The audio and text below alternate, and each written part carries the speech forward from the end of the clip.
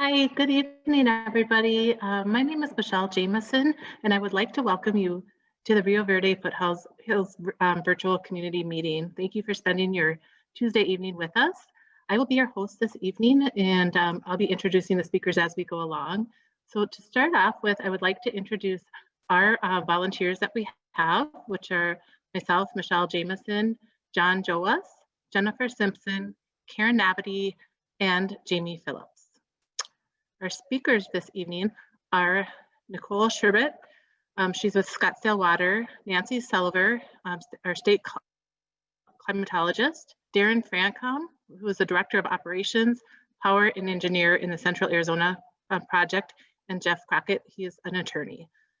So with that said, we are hoping tonight will go very seamless. However, when you're working with internet and technology, sometimes things might have a little hiccup, so please bear with us as we go through this, but rest assured that it is recorded this evening, so you will have access to go back if something happens that you're not able to continue this meeting. I would like to first introduce our first speaker and volunteer, John Joas. And John he's lived in Rio Verde for 14 years. He is a small business owner with the trade show, convention, and events inventory. He is also on a shared well that has diminished in production over the last 14 years, and now he relies on supplemental hauled water. So I'd like to introduce John. Thank you. Thank you, Michelle, and welcome to the meeting, everyone. First, we'd like to thank those volunteers who came before us and were the original group of community members who started working towards a solution in 2016.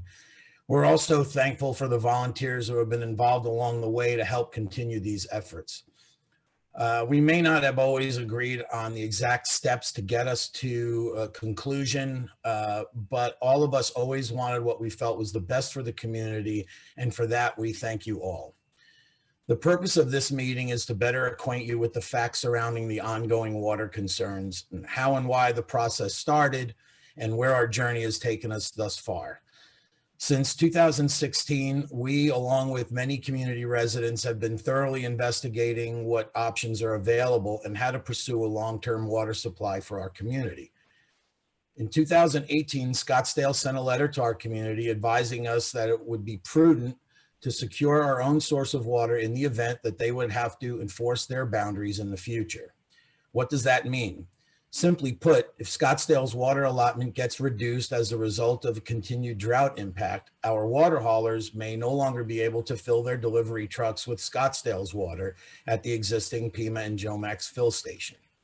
Since we cannot legally negotiate for a replacement source of water until we form a legal entity, such as a district or DWID or a co-op, we began investigating the pros and cons of the different options available to us.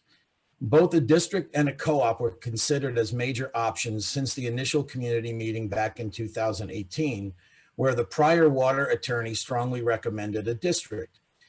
Since then, a formation of a district has been advised by several other water attorneys, one of which will be speaking to you this evening. Our meetings and research have led us to the conclusion that a district is the most beneficial option for the members of the community. Our attorney, Jeff Crockett, will explain the differences between DWIDs and co-ops and why he recommends that we go with the district. We believe that it's in the community's best interest to be proactive in attempting to solve the water problem that clearly looms in the future. Thank you for taking the time to hear the information we're going to share with you tonight.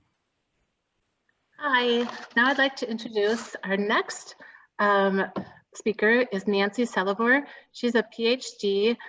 She has been Arizona State Climatologist since 2007 and serves on the State Water Drought Task Force, which advises the governor annually on whether to continue and or revise the drought declaration. And oh, I'm sorry. I apologize. I guess the next one is Nicole Sherbert, a Scottsdale Water Public Information Officer. So I'm sorry I didn't catch that. So Nicole. No problem, but please don't expect me to talk climatology because I am not going to be able to do that. Do have several questions that have been provided that I'd like to go through. For the sake of time, I'm going to have to go through things pretty quickly, but we'll just go for it. So To start off with, Scottsdale Water Service Area. This is a really important aspect of what we need to look at when everything else that we begin to talk about is that Scottsdale Water has a very defined service area. This is the area that we are legally allowed to continue to serve water to our customers. These are the customers who have built our system. They've been with us we're coming up on our 50-year anniversary next year. So that's where our responsibility resides, is not just in the infrastructure that's been built through those ratepayers, but also in the water supply portfolio that's been purchased. If you can see, and it's making me crazy because for those of you who know me, I'm Sicilian, I talk with my hands, and then I also talk with the cursor, and I can't do either of those things. So if you can't see me, I'm pointing over to where that 136th Street border is. And that's where the end of our service area, with the exception of that little postage stamp that's right down below that area, our service area ends at 136th Street. So our water service delivery area ends at that area as well. Our current water line that goes out that direction actually ends at 122nd Street. So you can see that there. So between 122nd Street out to 136th Street, where our service area ends, I pulled it up right before this meeting. It's about 2.25 miles. So that's where our service line, or I'm sorry, where our water line currently ends to where our service area ends. So a little bit about Scottsdale, and obviously you all are familiar with Scottsdale, and this is a slide that we use in a lot of different presentations, but I kept it in here because I think it's exactly what we're speaking to in this situation, and that is our population, our build out, and our new growth and our redevelopment of areas. There were a lot of car dealerships there. Those car dealerships have closed. A lot of them have moved over to where that air park is now. So with that redevelopment, we have had, obviously, when you start looking at new apartments that go in and that are a very dense population stream, that's going to be a very different water use than our car dealerships. So I'm just going to make sure. Can I ask that you guys can hear me? Can somebody from Karen or Michelle, because I'm getting some from notes up here on the chat that you can't hear me. Yeah, Nicole, we can hear you. We just stopped. You stopped for a little bit. So after the population, we lost you. So if you could just start with the build I'll out. just keep talking then anyway and hope that everybody can hear me. So when we look at that redevelopment, it really is going to put a strain on our water resources, and we have to be able to take all of those into consideration.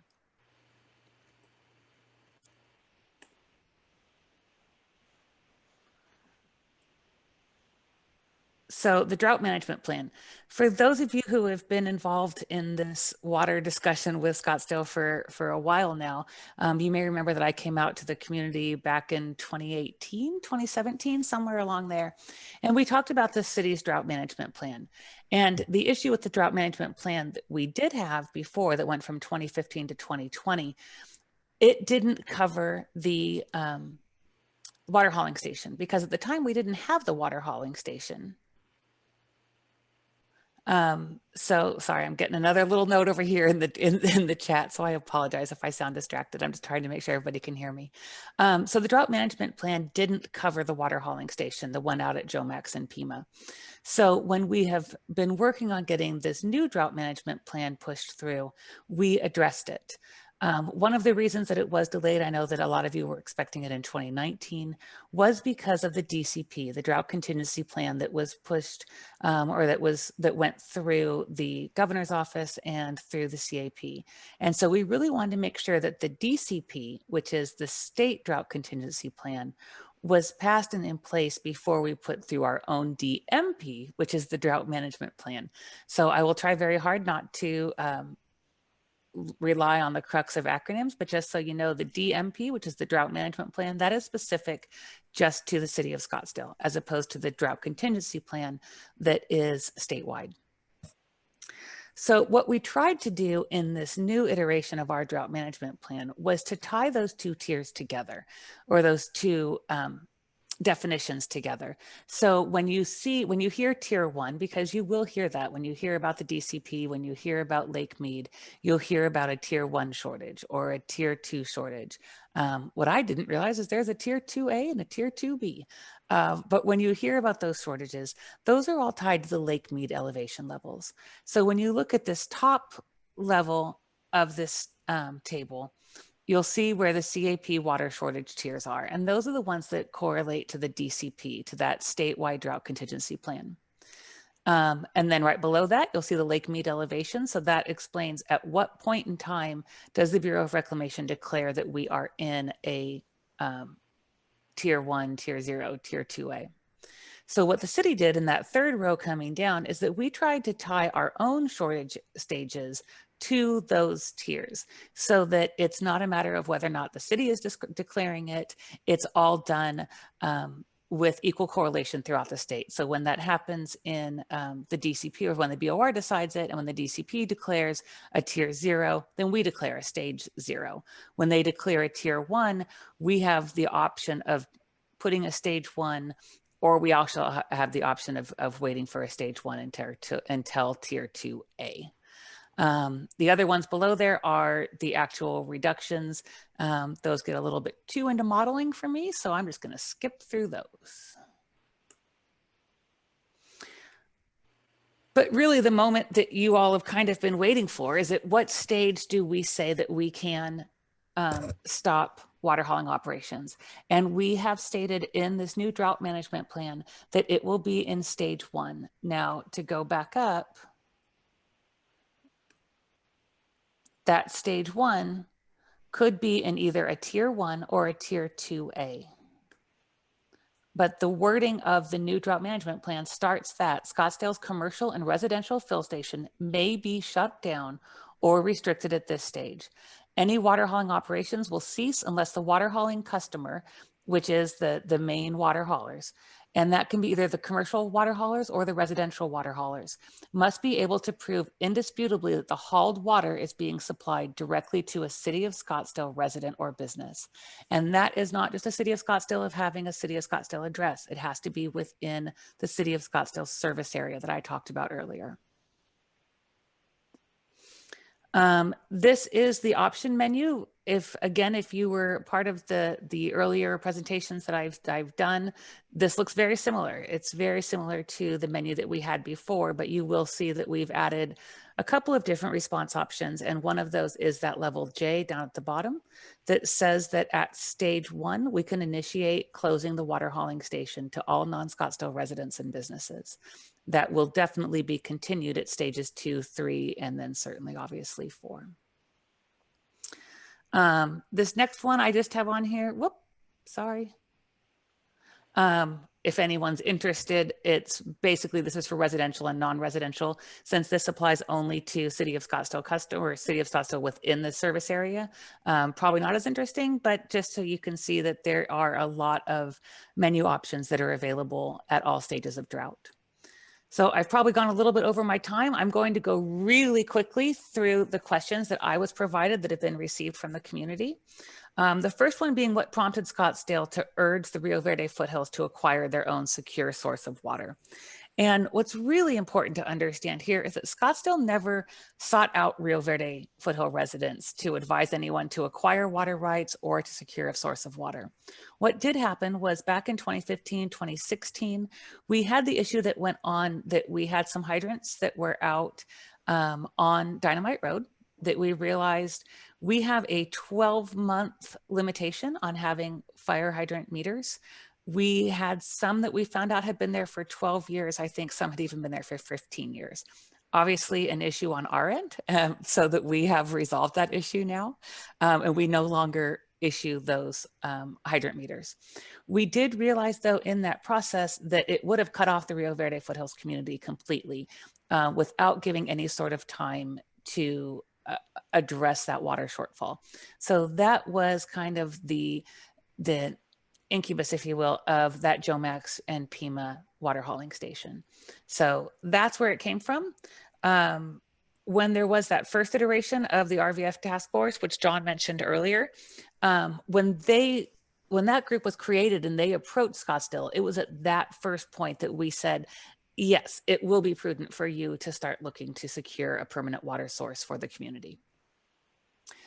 Second question, why is Scottsdale going to eventually enforce their boundaries? And this question drives me crazy because it's not a matter of enforcing our boundaries. Y'all are still welcome to come. We want to be good neighbors, but we have to at the same time for two reasons. One, we have to make sure that we meet our commitment to our own residents and our own businesses. Those are the folks. Scottsdale Water is going to be hitting 50 years in operation next year. For 50 years, our residents and our businesses have paid for not only the infrastructure that builds our system, but also the water rights themselves. And so our commitment is obviously going to be to meet the needs of our own customers within our service community first. So that's one of them. The second, as I mentioned, we have an assured water supply. Our assured water supply only accounts for the customers within our customer area. Now, 20 years ago, we had enough water that we could absolutely, keep serving it out to outside of our area. But 20 years ago, Rio Verde Foothills was much smaller. 20 years ago, Scottsdale was much smaller. And when we look 20 years into the future, as that community continues to grow and as our community continues to grow, our commitment will continue to always be to make sure that we meet the water needs of the customers in Scottsdale. Third question, for the City of Scottsdale, they should provide the rest of the northern neighborhood if and when it comes to that, as we are landlocked. Can something be worked out? And I don't mean to be short about this, but no, this goes right back to the last answer that I provided, in that our commitment is always going to be to make sure that we meet the needs of the customers who have built the system itself. How will tier 1, 2, or 3 have an impact on Scottsdale's water, both in general and for hauling to the Rio Verde foothills? And that is something that we can go back to this table. That again is going to be available in our drought management plan. So you can see it there. It's very delineated. It's very drawn out. And that does show exactly what levels at which time the city will look to address a stage 1 drought. Is it true that if we do not create a district, that Scottsdale will not cut us off? And as a former editor, there's a lot of double negatives in that statement. So I'm just going to go with an affirmative response, which is that Scottsdale's decision to shut down or restrict our water hauling operations has nothing to do with Rio Verde Foothills. We are in no way trying to cut off anyone. We are not trying to cut off a water supply to a community, obviously. But what we are making sure that we do is that we have in our policies the right kind of parameters moving forward so that we can make sure that we meet the needs of our customers. Once the district is formed and the water has water for its members, will Scottsdale provide water for non-members? And this is an important note, is that no, we will not. We have said as a city that we will not compete with whatever the district, a co-op, whatever is created out in Rio Verde Foothills. The city will not compete with that entity. We will work through all of the contractual processes to make sure that we do process the water, that if that water is obtained, and we work through those contractual agreements, but we will not compete with an entity out there. So when we talk about the water hauling operations being shut off at the water hauling station, it is over one of two things. It is either when we hit a stage 1 drought, or when the Rio Verde Foothills secures their own source of water, whichever comes first. So that's an important thing I think that we need to make sure that everybody understands. Is it true that Scottsdale will process water for the district if they find a source that can be wheeled via the CAP canals? Yes, that's true. We have stated that there has to be an entity obviously created, because we can't enter into an intergovernmental agreement unless those parameters are met. And that is certainly a question that is much better left to the attorneys who can answer those questions later. But yes, if the water can be wheeled through the canal, then we will work with the district or the entity to make sure that we provide a contract to continue to provide that water. Is infrastructure required, and why? Yes, infrastructure will be required. The best and the lowest cost option for the community, your community, is going to be to have a fill station that is out towards closer to that 136th Street. And that's for a lot of reasons. That is because of the fact that for the trucks to continue to operate. Obviously, it's a much shorter distance if they're already at 136th Street, but also when it comes to operation and maintenance. Right now, the city is operating that haul station ourselves, and we are taking on that entire cost of operations. If we do enter into a contractual agreement where all of that water is coming through, and because realistically, that is where all of the water is being processed, is that's going out to RVF. So there will be operations and maintenance fees included in that eventual agreement. So for the best cost for you all would be to go ahead and put up a fill station. Obviously, we'll continue to work with you. If you do secure a certain amount of water that we're processing, we'll keep doing that at our fill station, but it will have O&M costs, that's operation and maintenance costs, that will be included in that contractual agreement. Is it true that a pipe must be installed from Scottsdale to the district standpipe? That is true right now. As I stated, that right now our current water line ends at 122nd Street. You all are at 136th Street. So there, normally when a new community comes in, that developer pays for the cost of installing the initial water line. That would have to be, in this case, you all would be the developers, and so that cost would have to come out to you. And yep, the last one was just a pipeline extension from 122nd to 136th Street. I did reach out to our engineer, and that is not in our programming budget in at least the next 6 years. So outside of 2025, there is no programming budget currently to extend that water line from 122nd to 136th Street. So since I am way over my time and I am through with all of my questions, I'm going to stop now, and whoever needs to take this back from me can do so. Hi, thank you, Nicole. Now I would like to introduce again Nancy Selover. She's our state climatologist, and since 2007, she serves on the statewide drought task force, which advises the governor annually on whether to continue or end or revise the drought declaration for Arizona. So I would like to introduce Nancy. Thank you. Okay, so I'm going to be talking to you about weather and climate, and relatively where does that water come from in the first place. So when we look at the United States, we see that we have the storm systems develop off the Aleutian Islands in the wintertime, and winter is when we get most of the precipitation that fills the reservoirs. So it usually comes down the coast of California, and then it starts heading inland. Well, in our very, very wet years, it takes the southerly track with those big arrows. That's the path of the jet stream. Storms track along the jet stream. So in the wet years, those storms come in through Southern California, cross into Arizona, dump us a lot of rain and snow, and then head off toward the northeast. In our dry years, it tends to take those northerly track. And so it tends to go across the Pacific Northwest and dip across Colorado and off into the east. And we tend to miss out on those storms.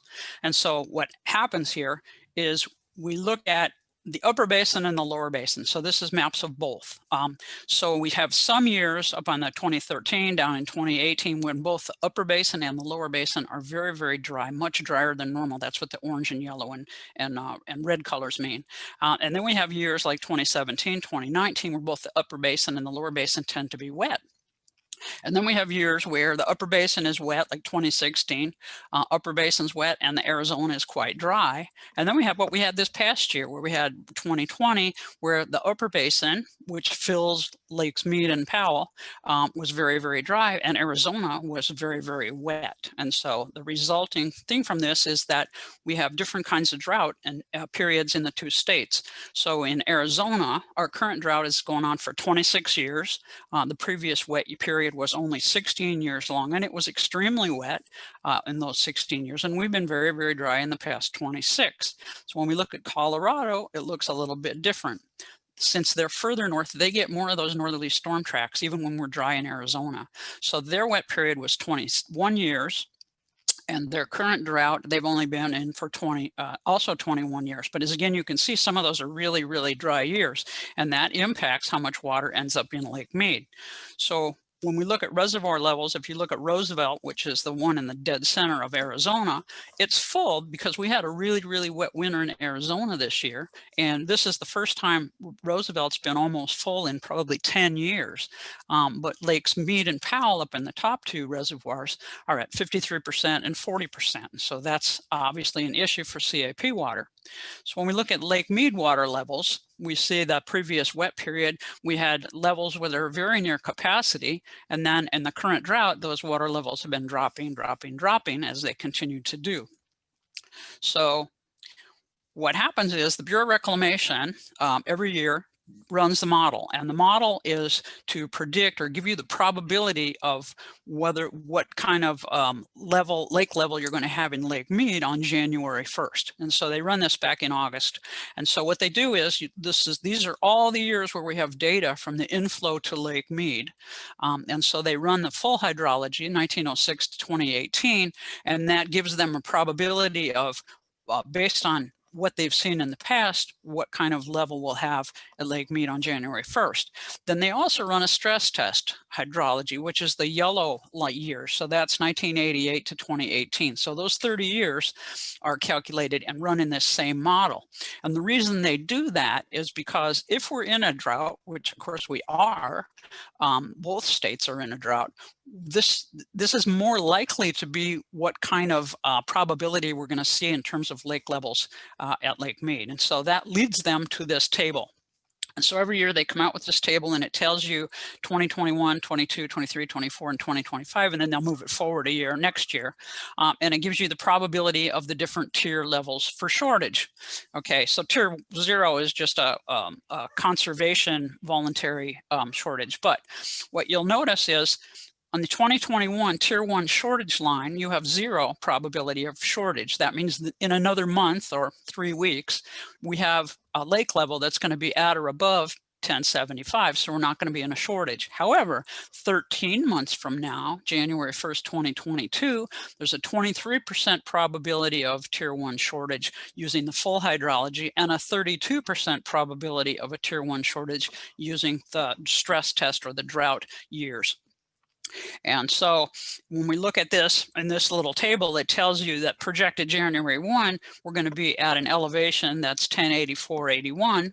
So we're not going to be in a shortage. But when you look at the one circled in red, that's the projected for 13 months from now.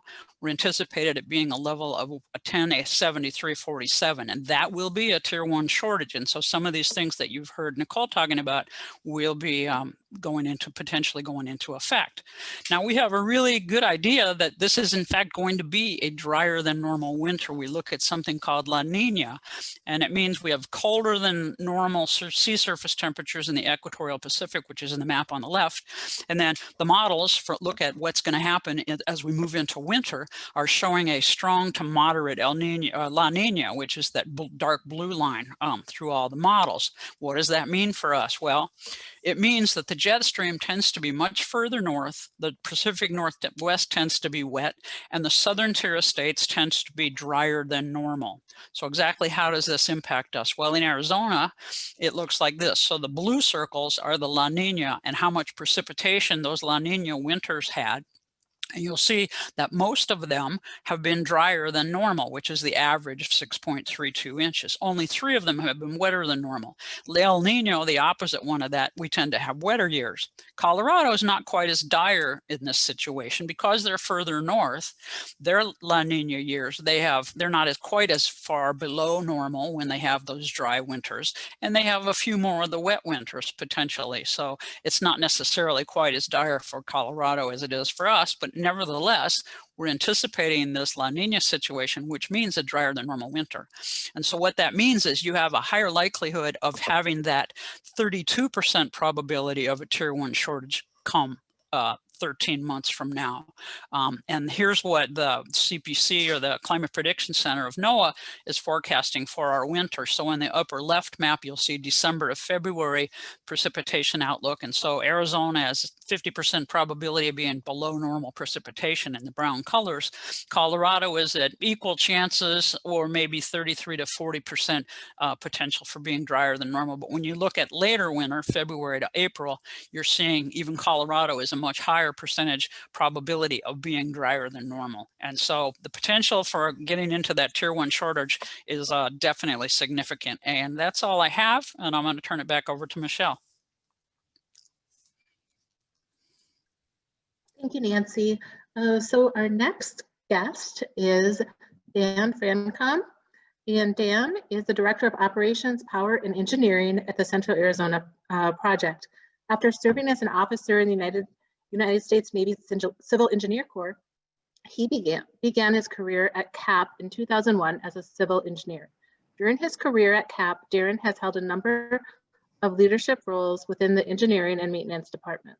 Darren earned a Bachelor of Science in Civil Engineering from the University of Arizona and is a registered professional engineer and as a certified maintenance and reliability professional. So welcome, Darren.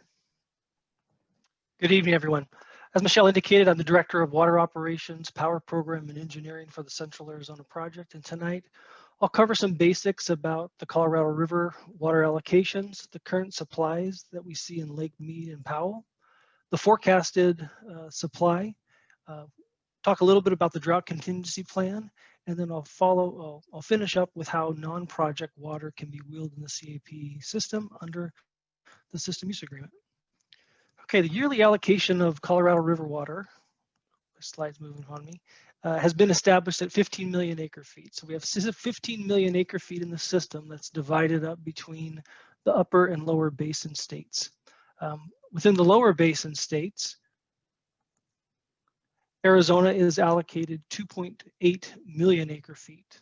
So Arizona has 2.8 million acre feet.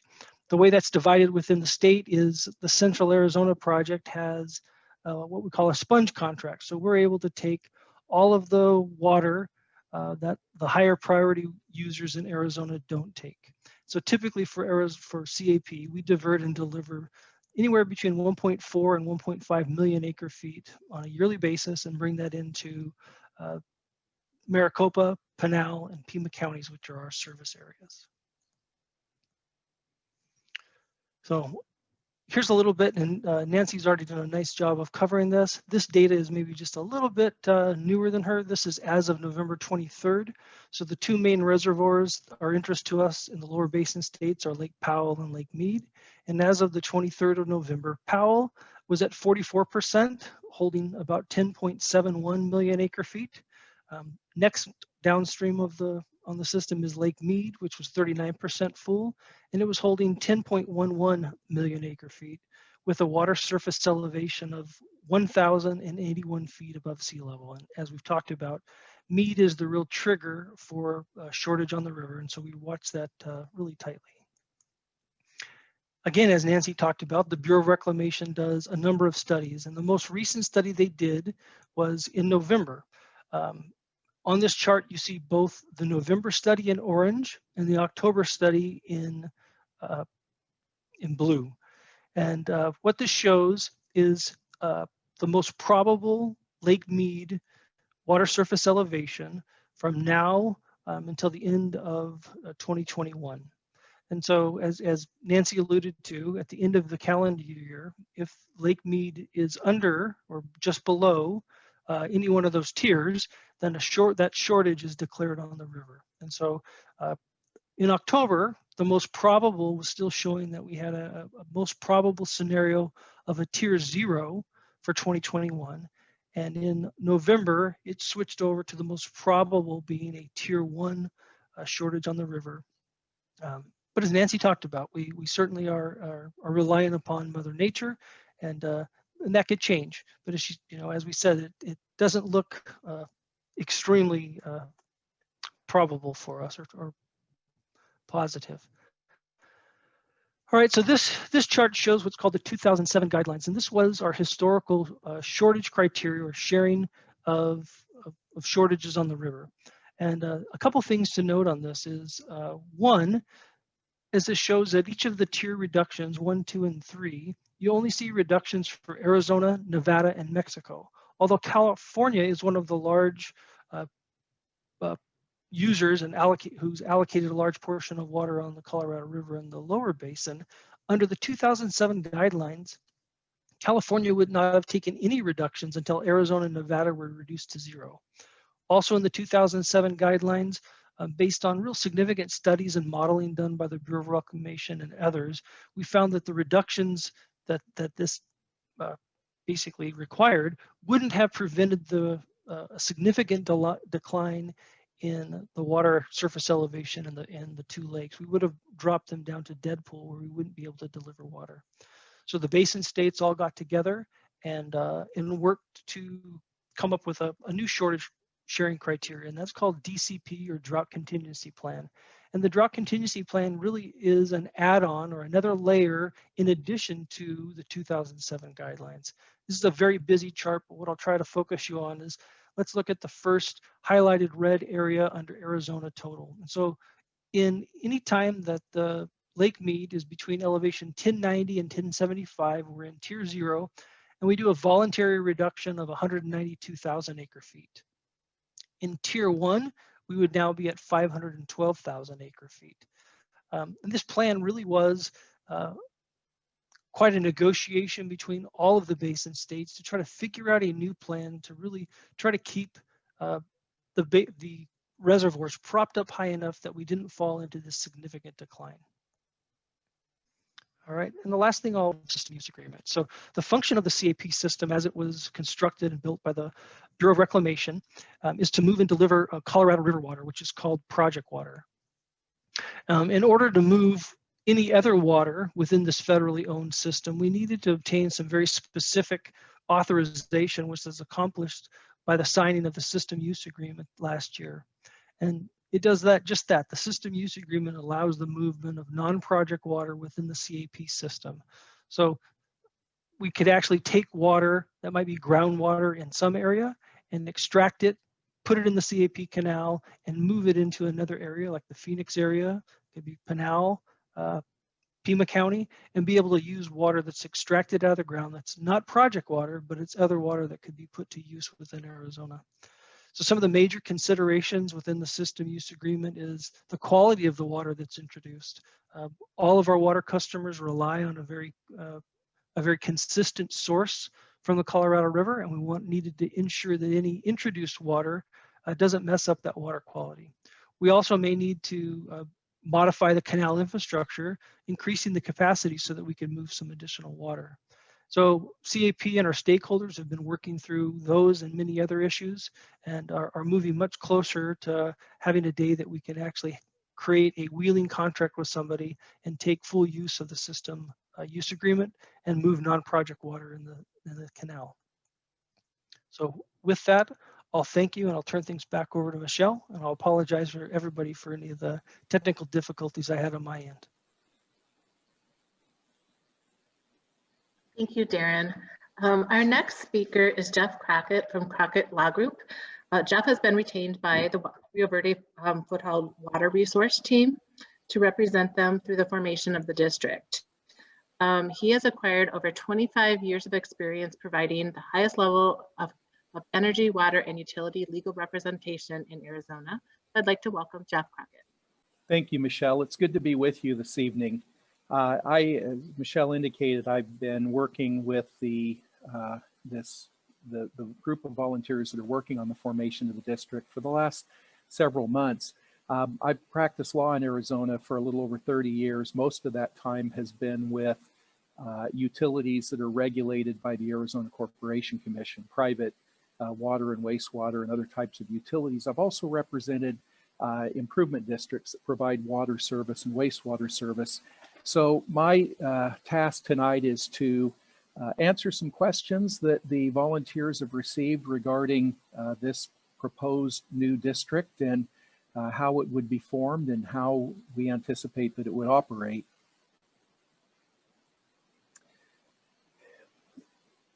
As one of the earlier speakers indicated tonight, the two options that have been considered are forming an improvement district, or what's called a domestic water improvement district, versus a cooperative.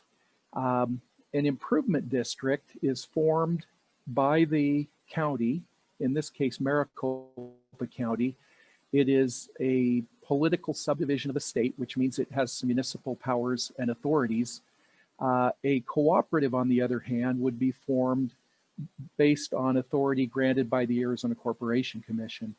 So utilities that are regulated by the Arizona Corporation Commission require the Commission's authority in terms of setting their rates, the formation of the entity. If an entity is going to borrow money, they need to get the approval of the Arizona Corporation Commission. So there is a fair level of administrative cost associated with a private utility. As indicated here, we believe that a district is a more efficient and less costly entity to operate for the purposes of providing water in the Rio Verde Foothills area. Improvement districts have the authority to levy taxes and to charge fees. One of the nice things about an improvement district versus a co-op is that the members of a improvement district have a direct say in how that district is operated. Board meetings are open to the public. The board members are elected by the members reside within the district. So there's a very direct access to the governance of the improvement district. Not so much with a regulated utility. A regulated utility, you're dependent upon Arizona Corporation Commission commissioners who are elected in statewide elections, but there's less direct say in how the utility is operated with a regulated utility. Cooperatives they are typically nonprofit entities. Excess money that they have can be distributed back to the members. If a district has a profit, that money is kept in the district and results in lower future rates if there's a surplus of money or cash in the district. Another benefit of forming an improvement district is that there is an option to borrow money at low cost. And so to the extent that a district needed to borrow money, they would have access to lower cost financing than traditional regulated utilities have. Let me move forward. So again, these are questions that we've received from neighbors that are living out in the Rio Verde Foothills area. What is a district? As I indicated, it's a political subdivision of the state that's formed based on the filing of a petition with the Maricopa County Board of Supervisors. The County Board of Supervisors, if it determines that the public interest is served by the formation of the district, will authorize its formation. There are two types of governance of improvement districts. Some county improvement districts are overseen by the County Board of Supervisors, which acts as the board of directors. With a domestic water improvement district, which is what the volunteers are looking at in this case, there's an alternative form of governance that allows for the direct election of the board of directors by the people that are members of the district. And so if the petition that is approved by the county would select the initial board of directors, but thereafter there would be elections where those directors would be elected by a vote of the members of the district. With respect to open meetings laws, private utilities aren't subject to the state's open meeting law, but a district would be. And what that means is that all district business would need to be transacted in an open and public forum where people can attend and they can hear the discussion, they can see the agenda, what's being considered, and they can have direct input with those directors in terms of decisions that are made for the board or on behalf of the district.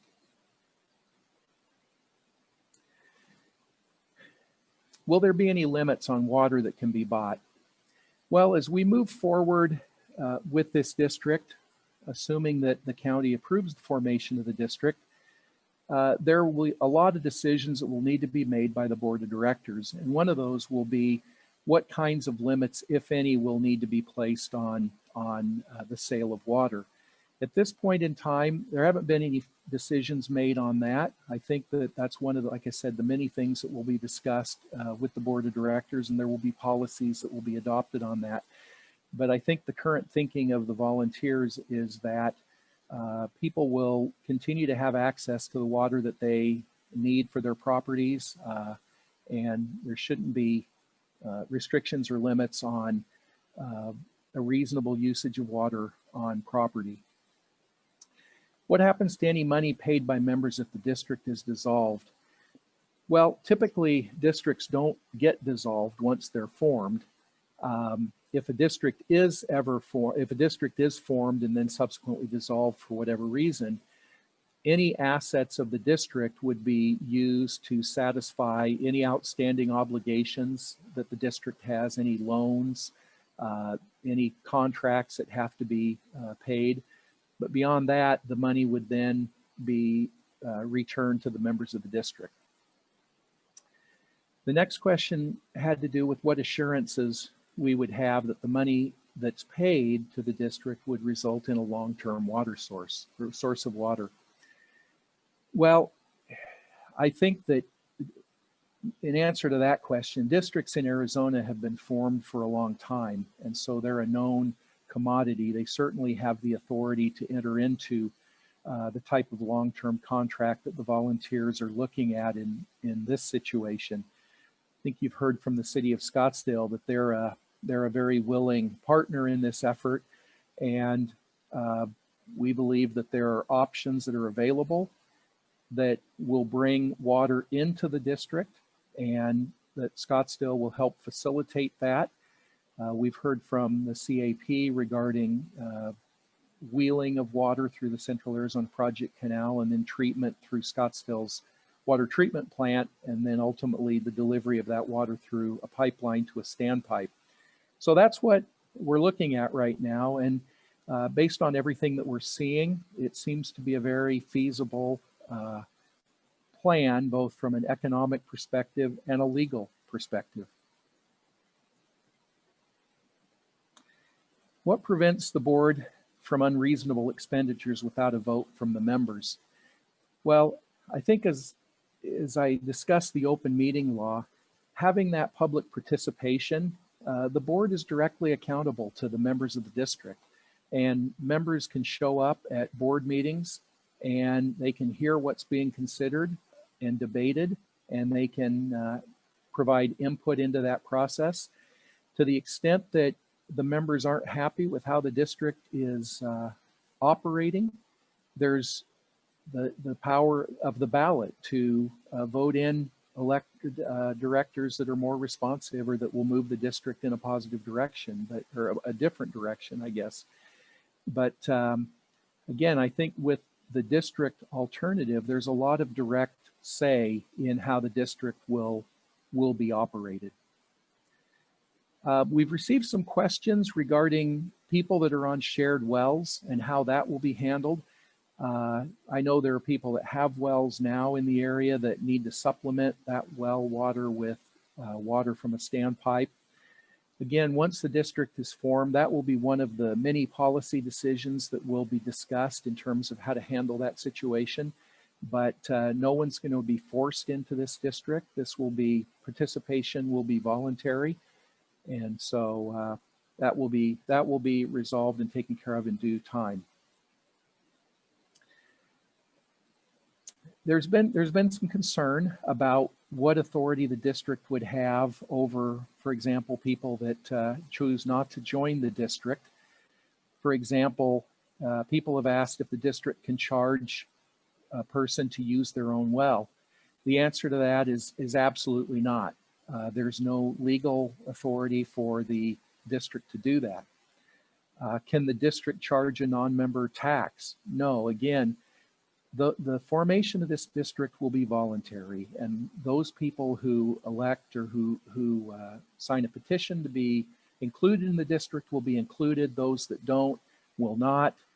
I don't think the current thinking is that there will be a tax assessment that will be levied on members of the district, but certainly non-members would not have any tax assessment related to the district. Can the district cap my well? Again, the answer is absolutely not. Your well is a private property right that you own, and the district can't cap your well or require you to do anything with regard to your well. Your use of that well is regulated under Arizona law, and the district won't have anything to do with that. Is it correct to say that the district will have no impact on non-member parcels? The answer to that question is yes. There certainly won't be any negative impact on member parcels, but as the district goes forward and secures a long-term permanent supply of water for this area, that's going to be a great benefit to the entire area. We're hopeful that many that reside in the district within the area will see the benefits of this plan and will sign a petition to join the district. But for non-members, as I've just indicated, you don't need to worry about what's going to become of your well or taxes or any kinds of negative impacts associated with the formation of the district.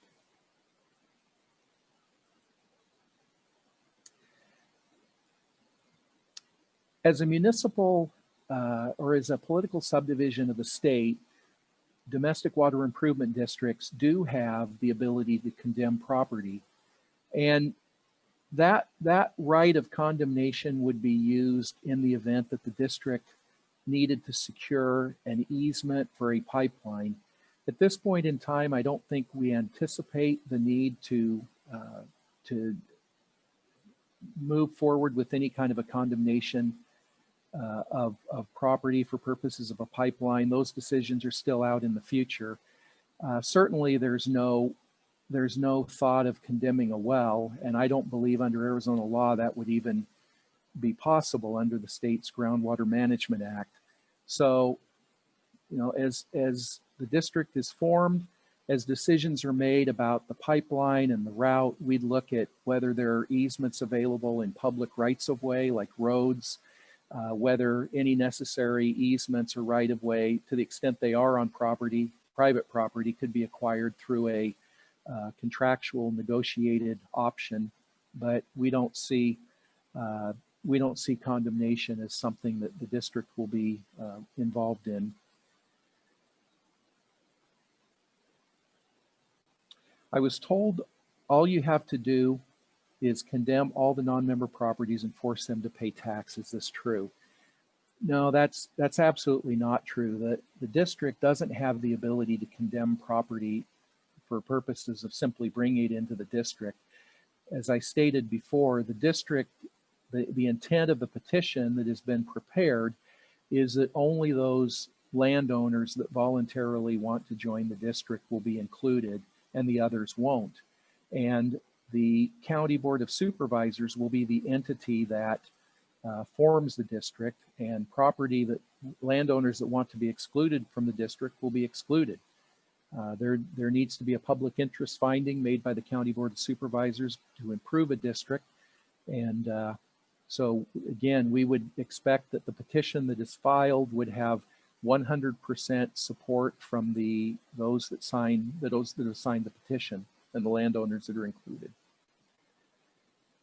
I understand that if I don't sign up, I'm not in the district, but does that not change the fact that the district has the power to take my property, cap my well, condemn, etc.? Is this true?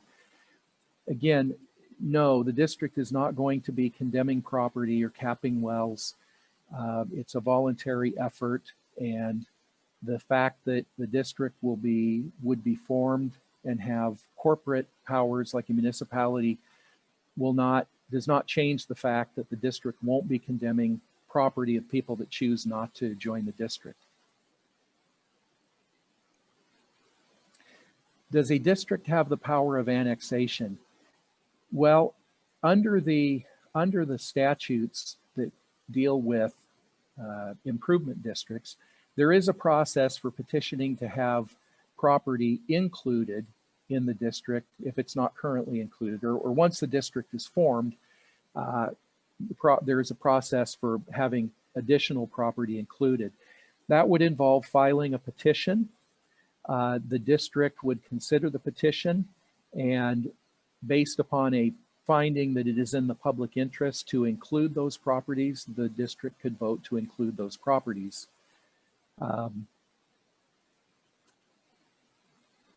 This next question, will the district annex the surrounding properties to increase its tax base and force us to help pay for district costs? Again, no. The tax base, as I indicated, at this point in time, I don't think there is anticipated that there would be a tax assessment.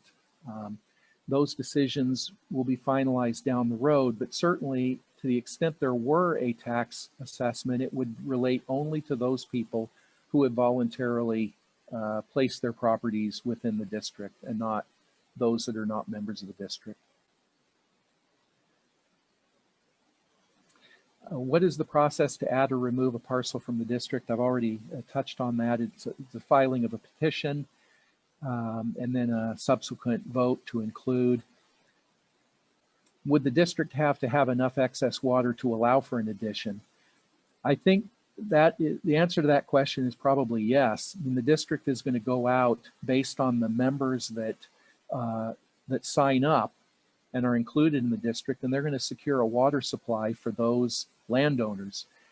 To the extent that the district has additional water, and there are those that want to petition to join the district after the initial district is formed, certainly that would be considered by the district, and to the extent there are water resources available, I think that would probably occur.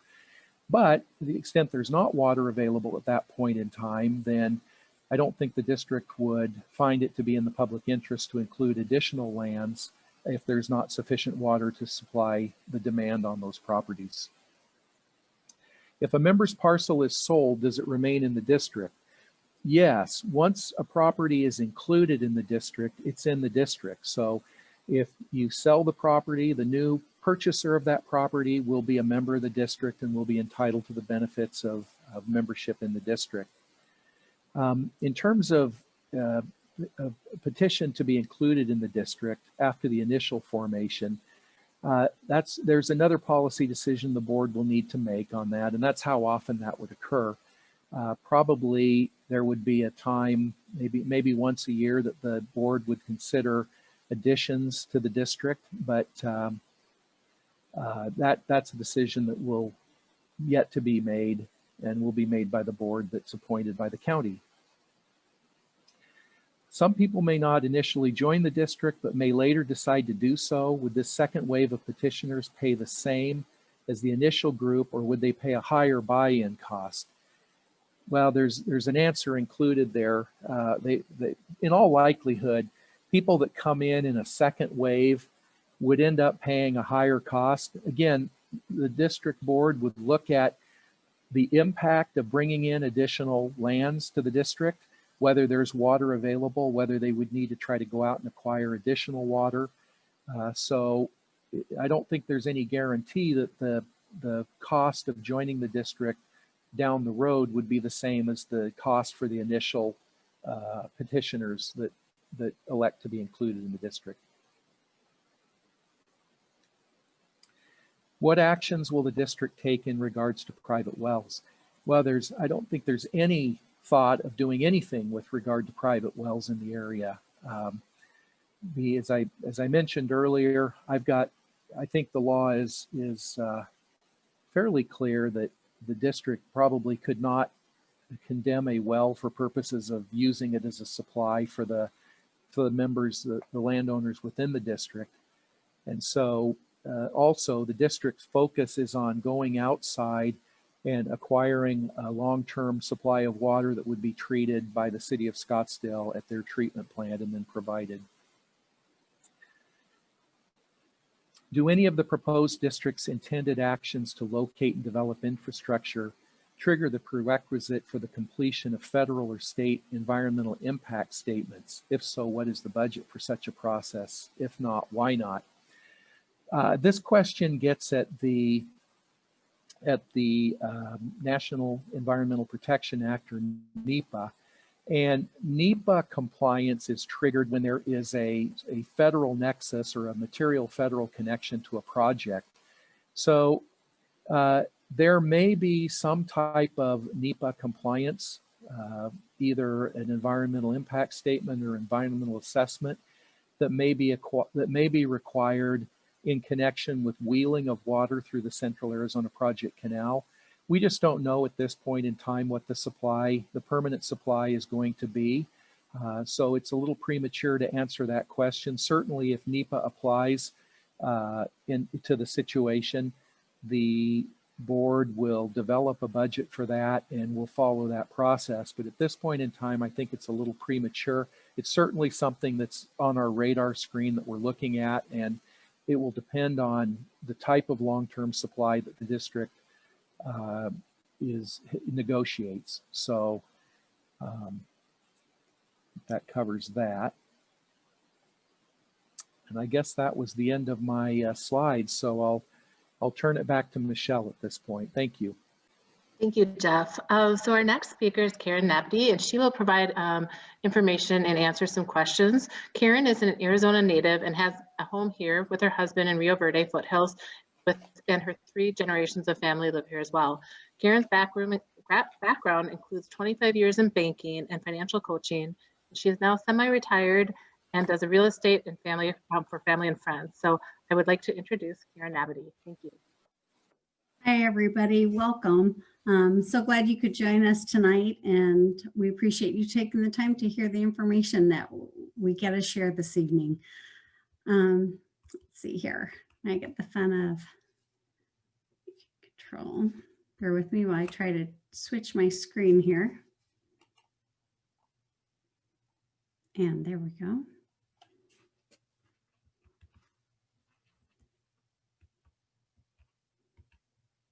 Okay, there we go. Okay, just want to first start talking about the implications for our health water homes with everything Nicole had to share this evening. I think it's important for everybody on this call. We have a lot of people that live out of state that have land here and aren't familiar with our day-to-day operations with water in the Rio Verde Foothills. The City of Scottsdale sells the overwhelming majority of water to our local water haulers who deliver it to the Rio Verde Foothills. So when we hit that tier 1 or that first tier and get to the point where Scottsdale eventually has to enforce their boundaries, it's going to be important that we as a community have a plan in place for water. And then there are some current secondary sources of water, but they're not capable of replacing the amount of volume that Scottsdale has been supplying to us. So securing a long-term source. Right now, our group has we've talked with one wonderful group that has a source of water. It can be up to 100 year. We feel it's best to go with a 99-year water supply. It's pending approval right now to sell water in 2021. And this group can only sell the water to political subdivision of the state, which includes the district. So if we were a co-op or a private utility, we would not have access to this water. And just also, we're looking at other sources of water, working with a water broker, but those individuals will not work with us until we are actually a district. So our hands are kind of tied. The source we have right now, we feel is probably our most expensive source. We feel there's other sources that we're going to be able to look at that will be a lot cheaper, but until we're a district, we won't be able to negotiate for that. Let's see here. Impact to wells to the area. I know a lot of our community has wells and is worried about the aquifer. If we are able to secure a source and bring it through the cap canals, have City of Scottsdale process it, and eventually build our own standpipes so our water haulers can get our water just like they do today, it's not going to have an impact, a negative impact on our aquifer. In fact, it will help the aquifer if we were to, if our only consideration was to put wells in our aquifer, then that might have an impact. So we don't feel it would have a negative. We feel it would be a positive impact. That, but that being said, the district would down the road always have the right to look at the aquifer for a well in the future. And I always say that because you don't know what 20, 30, 40 years down the road is going to be. So there's that. And then why I said at the beginning of this, the 99-year supply is that if we talked with the community, we hear from the community regularly that the community wants to keep this rural, and we don't want other tracts of homes like Trilogy, nothing against Trilogy, but everything down at the bottom of the hill there, that was all unincorporated in Maricopa County at one point, and it's still unincorporated, but it was land like what we have here in the Rio Verde foothills. And then it got subdivided and made for those smaller lots. And so what we want to do is try to keep it at these 1 acre minimums, or there's huge sections that even have 5 acre minimums.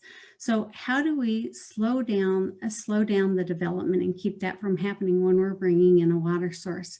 And for us, we feel we can do it 2 ways. One, when we go to buy our source of water, we're not going to buy a 100-year water supply. We want to buy 99 years or less. And then the other, let's see, we want 99 years or less. And we're going to be a non-contiguous district, and we're going to be standpipe only. So there's going to be no piping to people's homes. And once the district is formed, that would be our first thing, is probably to create a resolution speaking to that we are, confirming we are not putting piping to homes, and so that our source of water someone can't come in and try to use that to create a 100-year assured water supply. Water hauling. Okay, we've had a lot of questions on the water hauling. And a lot of it is really more about the water haulers. So we had questions like, how often will you allow hauling? What's your turnaround time? These kind of things. That's going to be up to the water haulers. The water haulers, both commercial and private, will apply for an annual permit, just like they do today with us. Your tank monitoring will be the same. We won't be monitoring your tank. That's not going to be our job. You can do it yourself, or I know Damon and John, both our water haulers, have options. I don't know if our third water hauler does or not. If the district has excess water, then we will be able to have the option to sell it at a higher rate and haul to non-members. But again, it's going to depend if we have excess water. So it's not a guaranteed thing for non-members.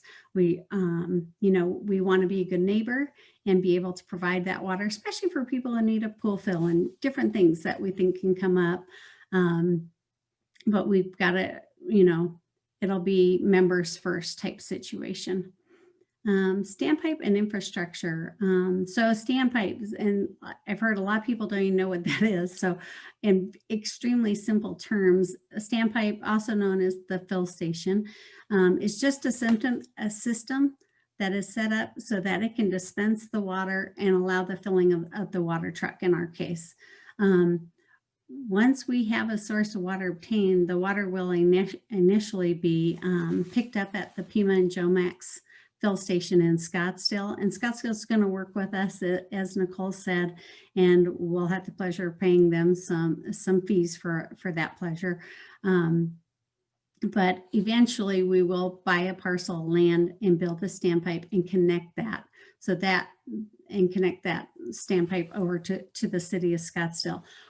And we get a lot of, where's the standpipe going to be? And right now it's undetermined. We won't be looking at land in a standpipe for 2 to 5 years, probably from right now. but could be located in Scottsdale or the Rio Verde foothills. Let's see, someone asked about maintaining the fill station and the complete build out. That's all going to be determined in the future years as far as that goes. We don't know who that person, who we're going to hire or anything like that. The fill station would be open 7 days a week, just like Scottsdale's is. Other questions here. Management of the DWID. It will be a full-time job. What is your plan for that? Well, at the beginning, probably for the first several years, we have spoke with a company that handles districts for Yavapai and for other counties, and handles everything for them, and does a lot of the accounting and the day-to-day operation type stuff. We will have to have certain people available to do the testing of the water. We'll have all the same requirements that City of Scottsdale does with reporting with Arizona Department of Water Resources and Arizona Environmental Quality Control.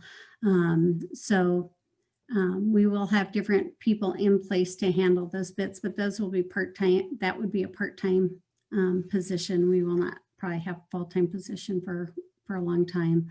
What work has been done to date by the Pro District Group analyzing the impact to the existing aquifer and the proposed boundary? And I'm smiling. We tried to put a lot of questions in here just as how we received them. Some we ended up combining because we might have gotten the question like 5 times type thing. But on this one, again, because we're bringing in an outside source, we have not looked at the impact or done anything with our existing aquifer. Will water conservation be required? Absolutely. We live in a desert, and we have a very limited amount of supply of water. And once we become a district and we're serving water, we actually are required by Arizona Department of Water Resources to have a water conservation plan. And eventually we will have a tiered water rate system to encourage, as part of the conservation, to encourage conservation with the water. District timeline. So after tonight, after this meeting, the next steps are the petition signings. If you decide your parcel should be in the district, you must sign the petition. All petition signatures are going to be required by January 15th. And then once we collect all the signatures, we will also have to we're in the process of getting consent from surrounding municipalities because we're a non-contiguous district. And then we will do our map creation. That will include only those parcels whose owners have signed the petition. Those are the only ones that are going to be in the district. Submittal, and then we'll take that full petition and a bond to the clerk of the Board of Supervisors, and then the Board of Supervisors will consider it for approval. Some of the first steps, once we're approved, will be to go after that long-term source of water that I talked about earlier and negotiate a purchase contract for a fair price and for the correct water volume. And then we'll determine how and where water will be treated prior to the distribution to district members. And again, that part, it's Scottsdale's pretty much our only option for if we bring in cap water, it's going to be cap, it's going to go to Scottsdale. There has been talk about EPCOR, but at this point, if we were to buy water and have it moved through Cap Canal to EPCOR, it cannot reach the bottom of the hill. So where EPCOR is right now. So it would be like an exchange, and EPCOR would take that water and use it elsewhere and then allow us to use their water, the water resource they have. But their resource is, gosh, I don't know how many wells, 14 wells, I don't know. They have a number of wells at the bottom of the hill that are out of the aquifer. So at this point, we've decided that's not an option for us, and we're looking at Scottsdale to process our water so that it'll help maintain our aquifer for our community. Let's see here. bear with me. Okay, then we'll create the annual operating budget, and we won't know that until we get all those little specifics in. We'll set water rates once we know our water source and the cost of the water. Let's see. Yeah, and then interconnect the fill station to the DeWitt source of water, and can't wait for that day. And that's all I have right there. Now, before I go farther, I do want to say, at this point is when we'd be telling you about the cost of water. And right now, tonight, we will not be telling you the cost of water, and I apologize for that. I'll take that one. We want to be very accurate, and we don't want to give a number and mislead anybody.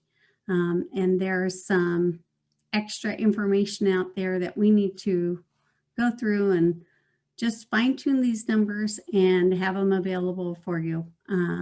But it's not going to be tonight. So we hope to have all that information for you next week and be able to give you a cost of what you should expect. Like when you are hauling water, right now your water hauler gets that water from, if they get that water from Scottsdale, they pay so much per gallon basically for their water. And we want to be able to tell you the cost that they're paying, and then be able to tell you what we expect you will be paying through the district. So you can see, based on a 1,000 or 5,000 gallon purchase, what's the difference in your pocketbook for that source of water. And we feel it's really important to be able to tell you that. Now, when we tell you that number, the one thing I can tell you is it won't be that number. It's gonna be higher, it's gonna be lower. It might be really darn close. But we won't have it exact because as of today, we don't have our source of water. So, you know, we'll probably be going, we are going based on the current source that we're talking to. And as I have stated before, we feel that's probably our most expensive source of water. But that's a number we're going to have to go by for right now until we're a district and can negotiate for other sources of water and get those contracts and analyze those numbers for you. So with that, I'm going to go ahead and pass the baton, but thank you everybody for being here tonight, and we look forward to getting that information to you next week, and hope to see a lot of you at the petition signings. And Michelle, I'll hand it over to you. Thanks. So, so we are almost done for the evening, so thank you very much for sticking with us.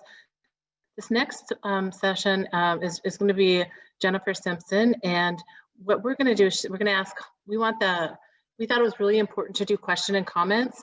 Now, when you have a group of 173 individuals that are in attendance tonight, it gets a little tricky. And so how we're going to operate that is you have the availability to raise a hand. And so what Jennifer's going to do is she will look at the attendee list and those that are raising their hand. We have about 15 minutes allotted for this. So we're going to try to get to everybody as much as possible. And so what Jennifer will, I believe, so this is new, it's new to us. And so I'm hoping it works smoothly, but if not, I'll come back on and we'll let you know what we need to do. So what we want to do is you raise your hand, and then Jennifer will say an example. John Smith looks like he has a question. And then so our host who is doing the Zoom meeting will unmute you so you will be able to speak. And then if there's an answer that we need, Jennifer will say, okay, this looks like a question for Karen, and then Karen will be able to respond to that. I'm hoping it works out smooth. We can't guarantee that, but we want to make sure, so you can do that. I just do ask that I know that this, just be kind and respectful to the individuals in the audience and the presenters as well. So I would like to give you a little bit background on Jennifer. Jennifer's lived in Rio Verde Foothills for 22 years. Originally, there was no power and water when her and her husband moved out here, so she's seen a lot of change. She's been happily married for 25 years with 2 children. Her home is on a shared well with one other home, but has relied solely on hauled water for the last 18 years. And so Jennifer's background is land acquisition and development, project management, construction, and real estate. So I will, again, I'm hoping everything works smoothly, but if it doesn't, please be patient with us. And then after the community questions, we'll just have the closing and we'll go from and give you information on what's next after this. So I'm going to hand it over to Jennifer. Hi, everybody. My video is probably going to go off. I don't see any hands raised. I'm surprised. Oh, I see two. So there's some questions. How about Chris Morrissey? Hello, can you hear me? We can hear you. My question has to do with estimating costs, and I realize that it's difficult to imagine every scenario. But in the structure that you've outlined, should people who participate anticipate that there will be costs over and above the per gallon hauled rate to fund things like infrastructure or management? And is there any way to potentially describe those? I can probably try to answer that question. It's myself or Karen who can maybe answer that. Right now, we're trying to incorporate, this is one of the difficulties with kind of getting you numbers, is that we're trying to incorporate everything into the cost of the water so that we are not having to put a bunch of other fees. Will there be a couple of fees? Possibly. I can just explain to you, we have done an apples to apples comparison against, say, a person who has a residential bill from the City of Scottsdale because they're an individual water hauler or a residential water hauler versus the commercial water haulers. And in looking at those bills, if anyone has that permit from them, they would see certain charges like recovery of water hauling recovery fee. They would see stormwater fees. Now, because we're not going to have, we will have it in two phases where our standpipe that is out here in Rio Verde in the fill station, it will be our phase 2. That's kind of how we're gearing. And that won't happen for, maybe 4 or 5 years. We're looking at actually our first drop of water 2 years from now. The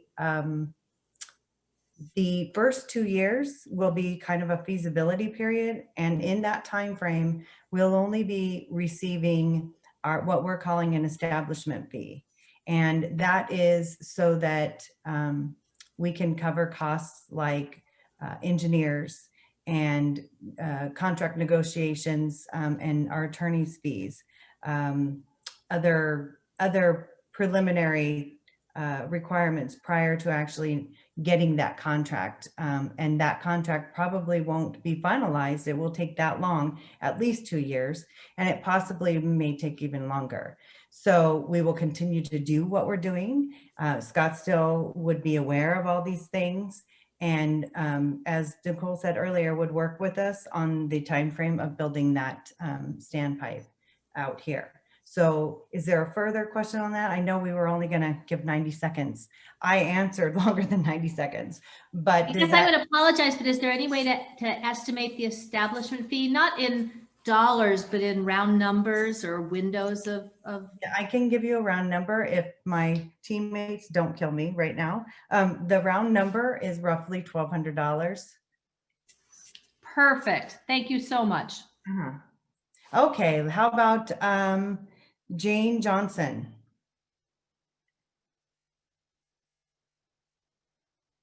Are you there, Jane?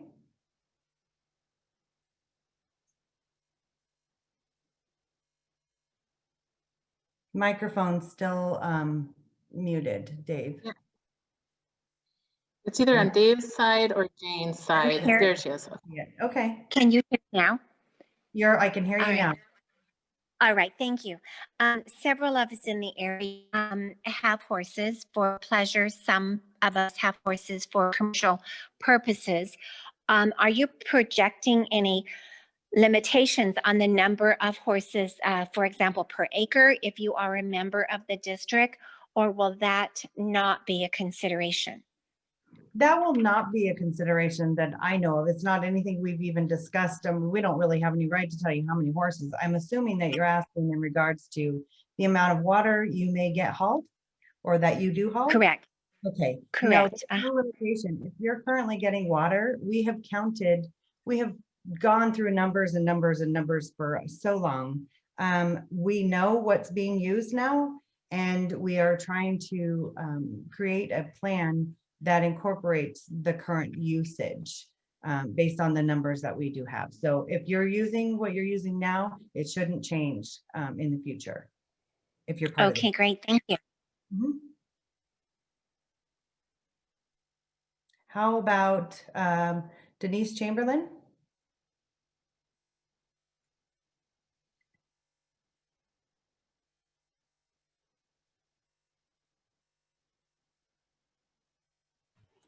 Can you hear me? I got you now. Okay.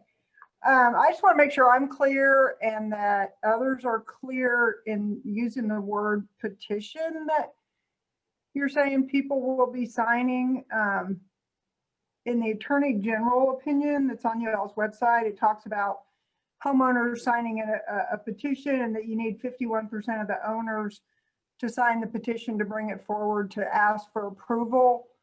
But the petition that you are saying people sign, they're not really signing a petition saying they support a water district, right? They're signing a piece of paper saying they want to be in the water district. And once they sign, they're in, correct? That is correct. And to further answer that, I think I'm going to have Jeff maybe give a little bit more information on that. You bet. That's a great question, because when we talk about petitions, I'm going to sneeze. Hold on. Dang it. There, it went away. There are different types of petitions. This petition is a legal document. And so when you sign the petition, that means that you are asking to have your land included in the district boundaries. And that petition is then submitted to the Maricopa County Board of Supervisors. And there will be the Maricopa County Board of Supervisors will then decide whether or not it is in the public interest to form the district. And if they vote to approve the district, then the district will be formed and the land will be included. Now, in the statutes addressing petitions to form a district, they indicate that you have to have a majority of the persons owning real property and a majority of the real property within the proposed limits of the district. Because this is a so-called non-contiguous district that we're proposing, we will have 100% support of the landowners. So obviously, the only properties that will be included in the boundaries of the district will be people that have voluntarily signed the petition to be included in the district.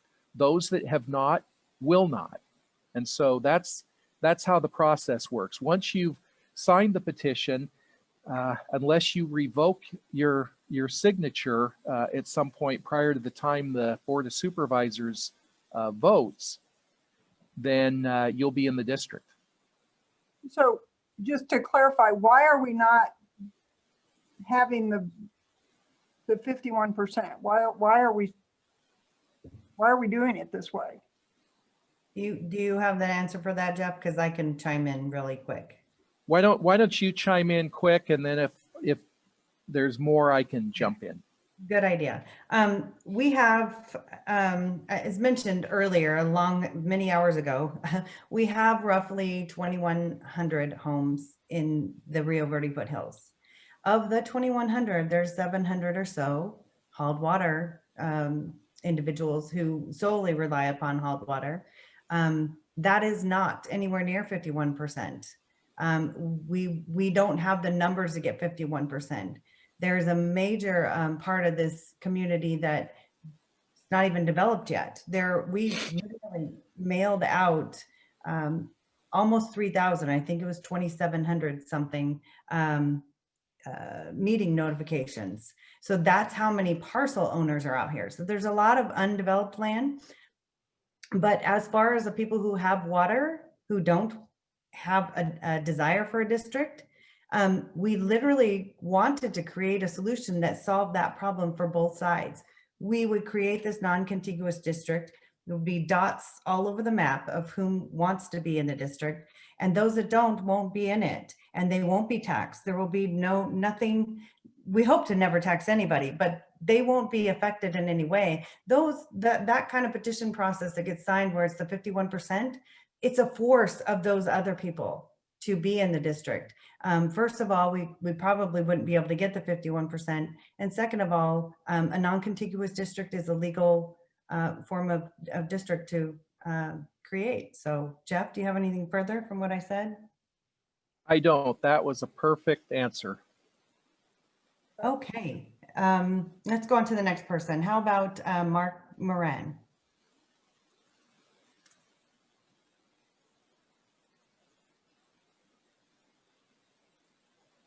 Hi, everybody. This is Mark Moran, and full disclosure, I am one of the head of the opposition's post this SWID.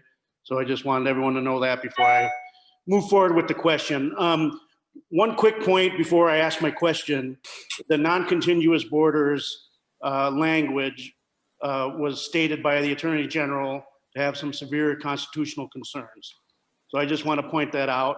My next question is, 2 out of the 3 hauled water companies say they have no fear that water is not going to be available. They are against the JWID, and they think the free market should decide, it has already made the decision on how to move forward. What does the pro-JWID group say to that? I have 2 people that I think need to answer different parts of this question. First, I think that Nicole should maybe answer the there's not going to be a problem with the water situation, and then Jeff can follow up with the free market situation. Nicole? Yep, I can. Can y'all hear me this time? Yep. Okay. So yeah, I can certainly speak to that. I mean, as we've stated, and it's written in this new drought contingency plan, drought management plan, is that we have now established a point at which we will move forward with turning off the water hauling operations. What we have been very clear with for some time now is that we will make it incumbent upon the water haulers to prove that the water is being used to haul to either a resident or a business or an operation within the city of Scottsdale. Obviously, we can make some exceptions to that. We have some, fire issues and some other things that we help support the county on. And so that would certainly be something that could be an exception. But it is stated, and that was that wording that I showed earlier, that the water hauling operations will cease under either a stage 1 drought, which again goes back to either tier 1 or tier 2A of the drought contingency plan from the state, or at a time at which Rio Verde Foothills, because they are our largest customer base for that water hauling station, at that time, either one of those 2 things, whichever one happens first, that system or that water hauling station will be shut down. So I would think that the water haulers that have hundreds of thousands of dollars invested in their equipment would know this, or would say, hey, there's a problem, but they are clearly stating they feel water is going to be available and they have no concerns. I mean, why would they say that if their livelihood was tied up in water delivery and a source of water? I certainly can't speak to that. All I can state is what the city has been saying for several years and what we are now putting into our drought management plan that will be going to council here in the next couple of months. One point, Nicole, that maybe you can maybe make a point on is, what kind of contractual agreement do you have with the water haulers? And is it even a contractual agreement? It is not a contractual agreement in any sense. It is an account holder, just like I live in the city of Scottsdale. I have a residential account. If I don't pay my bill, or if I get a notice of violation for anything else, or for whatever reason, my account can be turned off. If for whatever reason the city of Scottsdale stopped delivering water to my neighborhood, my account can be terminated. So the water hauling has always been a matter of whether or not that while that hauling station is operational, and the accounts remain in good standings and they can maintain their account. But if we decide to close down that water hauling station, which we have now written into our drought management plan, which again will be affirmed by council, then the accounts will cease to exist. And can you clarify what it means to have the station written into your plan? It's not meaning that the allotment of water is written in. It means that the station functionality. It doesn't. And so when you look at that drought management plan, the menu, as I mentioned before, the menu contains, it's like a menu if you go to a restaurant, right? You have all of these different things that you can choose from. And it's kind of an a la carte kind of a menu. And so there are things in there from, we can turn off car washes, we can turn off, we can enforce that. And the municipal area is really where we have a lot of the first stuff, which is in that stage 1 and stage 2A. I'm sorry, stage 1, which is tier 1 and tier 2A. I'm still getting them a little bit confused. I apologize. Is that we have the greater control over those. And so things like fleet operations will, for the city itself, for city vehicles, those will stop being going to car washes. And that happens before we turn down commercial car washes. So we have a different menu of options. In stages 1 and I believe 2, I'd have to go back to my initial notes. I'm sorry, no, that's not true. Stage 0 and stage 1, those are initiated by the city manager. Stages 2, 3, and 4 are approved by the city council. So those have to be approved via the city council. So the menu of options is just a list of things that the city can use to control our demand side water. So it's a matter of controlling the demand. Thank you, Nicole. Now, Mark, does that answer that part of the question before we go into the free market that Jeff will talk about? Oh, yes, thank you. Okay, and Jeff, you want to answer to the free market? Yes, I will. And Nicole covered it pretty well. I just wanted to add a couple of things in response to Mark's question. You know, you've received a lot of information tonight, and I've been involved with water supplies in Arizona for probably close to 30 years now. And the time has come when this area has got to plan for a permanent and reliable and sustainable long-term water supply. And that's what people are doing. And fortunately now, you have a little bit of time. I think the handwriting is on the wall that shortages on the river are coming, and that we're going to be looking at, you know, some difficult decisions ahead. And this is the time to be planning for this permanent long-term supply. And I am a big free market guy, but you know, if there was a ubiquitous, unlimited supply of water for this area, you know, then, you know, maybe the water haulers could handle it, but there isn't. And I think you have to face the facts that are on the table in front of you and plan for this permanent long-term source of water. And, you know, utilities are typically not free market ventures anyway. I mean, the providing water and wastewater and electric service, you don't typically have competition in those arenas because of the cost of the infrastructure to deliver the commodity to your home or your business. So, you know, I think that this is the right approach. I think that it has to happen, and hopefully, you know, we can continue to answer questions and address concerns that people have about, you know, what the future is going to look like. I think the future is bright for this area, but we've got to plan for this long-term water supply. I'll go ahead and just kind of piggyback onto that, is that I certainly can't say, and I certainly do not want to say whether I think you all should form a DWID or whatever else I think, is that one thing that I had written down in my notes, and I had it in almost every question, and I don't think I said it as many times as I probably should have earlier, is that the one thing that I think everyone needs to understand is that Scottsdale cannot be the long-term water supply solution for Rio Verde Foothills. And so when you look at that long-term water supply, that's something that I think we want to make sure that we are communicating. Whether it's in stage 1, whether it's in, if somehow it gets pushed out to stage 2, at some point in time, there simply will not be enough water to sustain Scottsdale's growth and Rio Verde's growth. So I think if there's one thing that everyone takes out of that presentation that I was able to give earlier, is that Scottsdale's long-term water supply is for Scottsdale service area. And that is what we will work to enforce to make sure that that ends up happening, to make sure that we are meeting the needs of our customers and to the folks who have built into and paid for that system over the last 50 years.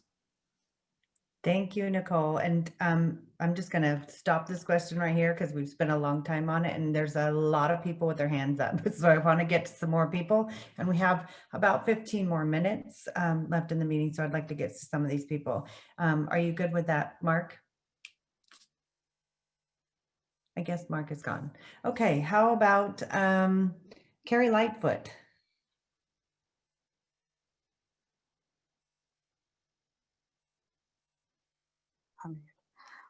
Hello, can you hear me? Can't hear you. Yes. Thank you. My question is for Jeff, and it's regarding the board of directors. I believe Jeff said that if this is approved by the county board of supervisors, that they appoint the board of directors or the initial board of directors. So my question is, who are those people? I mean, clearly leadership of this DWID is extremely important and will direct its paths, which would impact us as customers severely. And so there was not a lot of confidence built in the statement regarding the condemnation. And it was really, well, we don't think we're going to do that. And so I'm very concerned with who the county appoints as the board, and when do the members and how quickly do the members have the opportunity to vote and elect those board members. Well, this is Jeff. I'll turn this maybe over to either Jennifer or Karen for a response when I get done. But yeah, the Board of Supervisors will appoint the initial Board of Directors, and the initial Board of Directors that are proposed will be in the petition that people will get to see and sign. After the county appoints the initial Board of Supervisors, then you get into a rotation where on an election cycle every 2 years, you'll be electing new directors to the board. So that's how it will work. In terms of who the proposed directors are, Jennifer or Karen, I'll turn that over to you. Do you want to go ahead and take this, Karen? Sure. They were the well, you haven't met Jamie yet, but it is Jennifer and myself and John and Michelle Jameson, our host or moderator for this evening. It's the four of us, and then also Jamie Phillips, who has yet to speak. He's going to finish up our presentation here. But our 5 names will be on the petition this week, and that's the initial board of directors. And then starting in December 2022, there will be elections, and then the community will vote for who they want to replace 2 or 3 of those members. And then those elections will happen every 2 years. So we'll start with 5 neighbors, and they must be residents and registered to vote in the state of Arizona. But they have to be residents and be members of the district to be on the board. And then 2022, again, you will have 5, and once the Board of Supervisors says we are a district, those 5 people will convene and decide who's going to be there for 2 years or the 4 years. And on the even years is when Maricopa County will have those elections. I just want to add to that. We have discussed the possibility of having 7 board members, but we have not made a decision about that. So. Is there anything else that you all can do to kind of instill some confidence in some of the key areas of concern that, one is the condemnation and, some of the other issues, taxes, there is room for you as the leaders to move in that direction. You have that opportunity to do that. And clearly that's a real issue for many of us, is concern over that. And I'm just personally not feeling a lot of confidence that, We hear you. We really do hear you. I'd like to just make a comment on that and then bring Jeff in again on that comment. We've addressed condemnation and annexation quite a bit this evening. I know through social media, seeing some of the comments from some people in the community, we have seen comments that, we're going to come in and condemn everybody's property and force everybody to pay taxes, and that's just not how it works. Well, I'm thinking about what Jeff said. I'm sorry, I'm going back to what Jeff said. I mean, it was not a clear, no, you can't do that. He said, well, we're not thinking about doing that, or that we're not planning on doing that. And I just have to say that is just, there's not a lot of confidence building in that gray area. Okay, Jeff, and Karen, maybe I could, maybe I could respond to that. Is that okay? Perfect. Yeah. Perfect. Yes. So I don't, and I don't know when Carrie asks about condemnation, I don't know specifically what she's thinking about, but in terms of the district doesn't condemn someone's property. I mean, the district has a right of eminent domain to condemn something it needs. For example, if it needs a right of way across a property to locate a pipeline, then the district has the authority to condemn a right-of-way if it needs it. But the district can't condemn property, and we're not proposing to force anybody into the boundaries of the district. The only people that are going to be included in the district are those who sign the petition and voluntarily agree to include their lands in the district. Those that don't will not. And in terms of a well, there are statutes in Arizona that prohibit a municipality or a district from condemning a well that's outside of their boundaries for purposes of bringing that well into their boundaries. So there won't be any condemnation of anyone's wells as a part of this district being formed. So I don't know what that leaves on the table in terms of a concern about condemnation. I just Well, want to. I think it's the authority. It's really the realm, the broad opportunity of authority in areas as taxing, annexation, and I think that's making a lot of people nervous, because it truly ends up being in the hands of the board of directors. They're the ones making the decisions and driving this, and they're people, and you're all great people, and I appreciate what you're doing. So this isn't a personal statement. It's more of out of experience with numerous boards of directors. And, and there's just a lot of concern. And once you're in, you're in. And now we have no control over fees or taxes or who knows what could come. And so there's just a lot of room where we don't have a lot of clarity. Thank you. You do have a little bit of control and in electing the board, right? So if you sign the petition, you'll have the board that's appointed within the petition.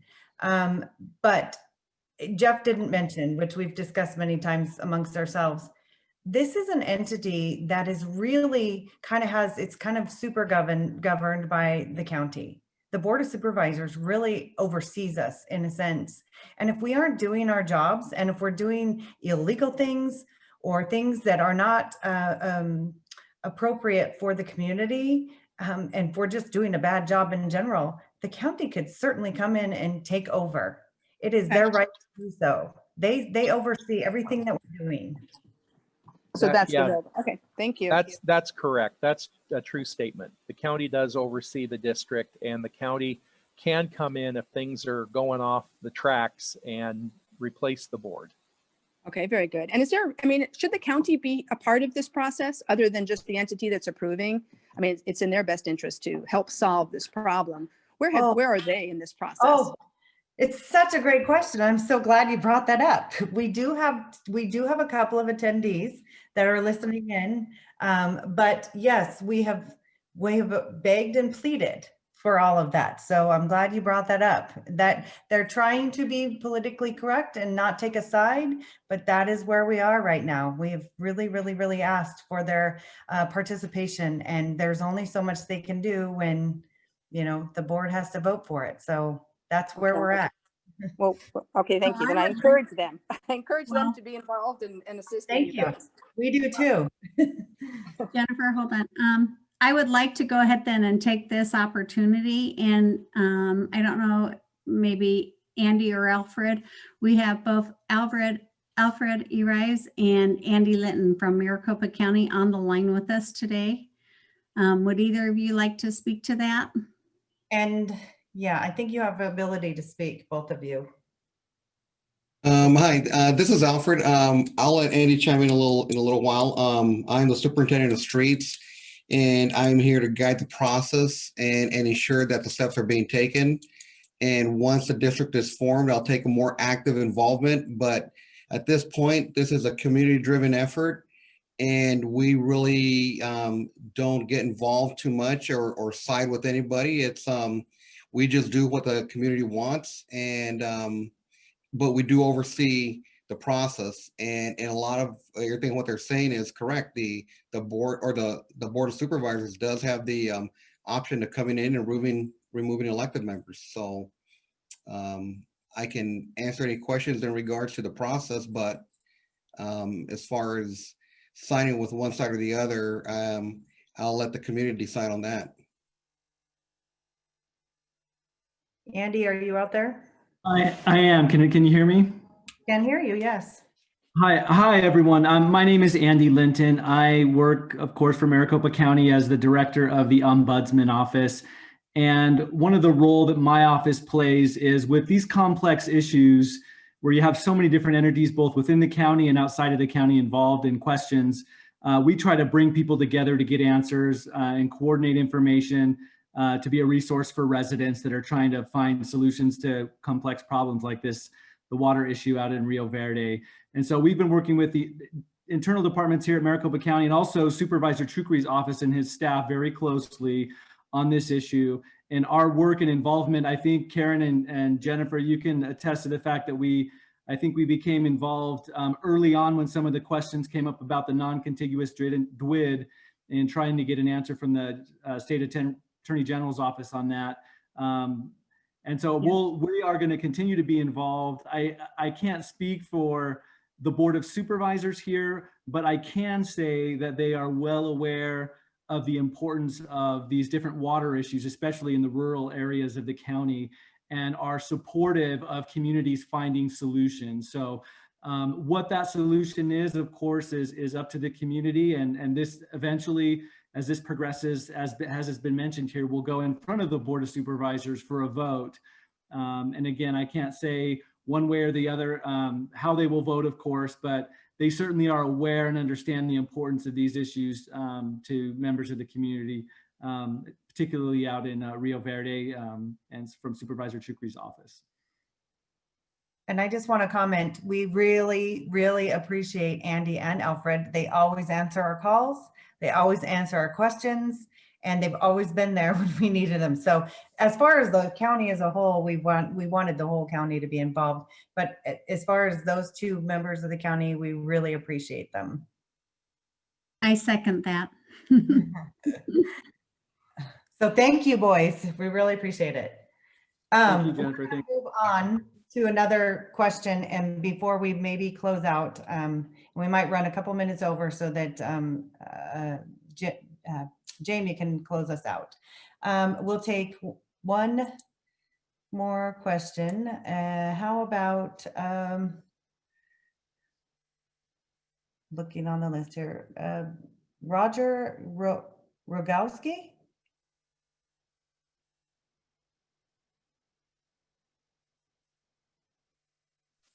Hi, Roger. Your mic's on. I can hear something. Next. How about Norma Millett? Is it Millett?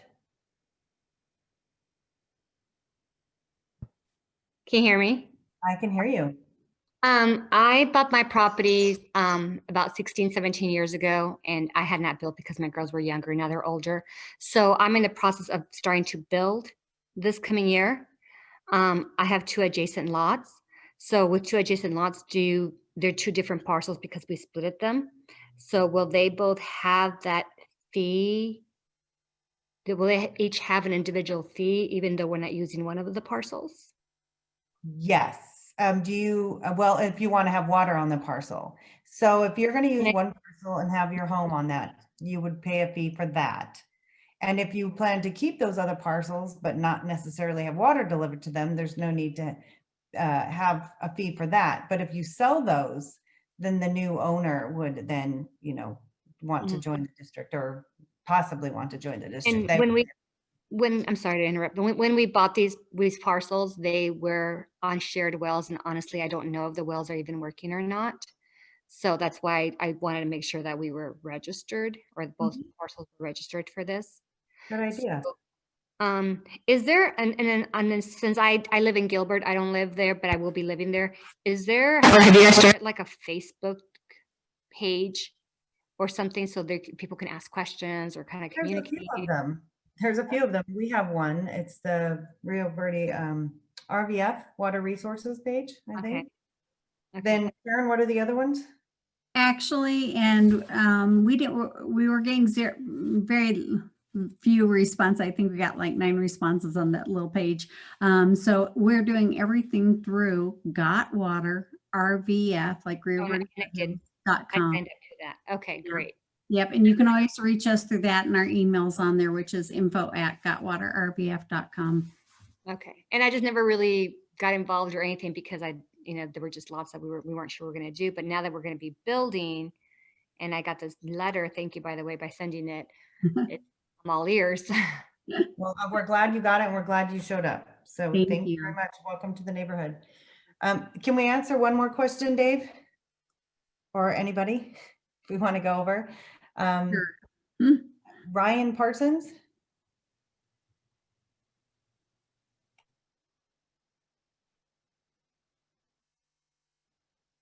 No, Ryan. About. Yeah, no, I'm here. Can you hear me? I can hear you.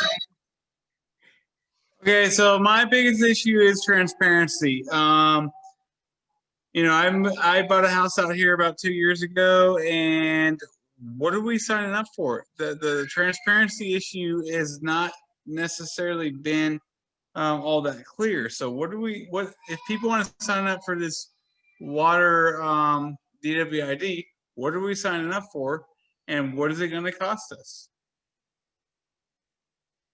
Karen, you want to answer that? I'll answer that. Ryan, thank you for your question. And I understand it coming from your perspective because usually you go up to the department store, you're going to buy a TV, they tell you the amount, you walk out with your TV, and it's kind of a done deal. But in this situation, right now, we don't even know where the standpipe's going to be, if it's going to be in Scottsdale or Rio Verde. We don't know our source of water. We won't even know Scottsdale's fees until we have our source of water and can sit at the table with the City of Scottsdale. They can't tell us the exact fees. We have a copy of a contract that they did in 2009 with Tonto Hills, a very successful district. We've had the pleasure of being at their board of meetings and that kind of thing. So to have exact numbers to present to you, it just is impossible. But we can. Right, I understand that to some extent, but we don't sign up for it, we can't be part of it. But if we don't know what we're signing up for, how do we feel confident in what we're signing up for if we don't know what we're going to be part of? I mean, right. To me, it's an oxymoron. You're asking us to sign up for it, or we're not going to be part of it. However, we don't know what we're signing up for. I mean, that's an oxymoron. It's just nuts to me that this is being asked of us as residents when there's no transparency of what we're signing up for or what we're going to actually involve ourselves in when we are the homeowners. As Karen indicated earlier, you will have, and it will be via our website, and we'll post out on social media as well, when that very, very, very, very rough estimate of cost is available. And it's really a matter of some fine tuning and tweaking at this particular moment. So it will be within the next few days. She said a week, but we'll try to get it out before those petitions start being signed. So you have that rough idea. But again, it's rough, because we don't have a contract with anybody. These are numbers that we've kind of accumulated. And a lot of times districts are formed buying other utility companies where there are already known numbers. There are not known numbers. We don't know how many people will be in the district, first of all. So that matters about how much water we buy. That matters when it comes to the cost of the total amount of water. And the more people we have, the less that's going to cost. So right now we're anticipating maybe 100 to 200 people. Now that's not the 700 people.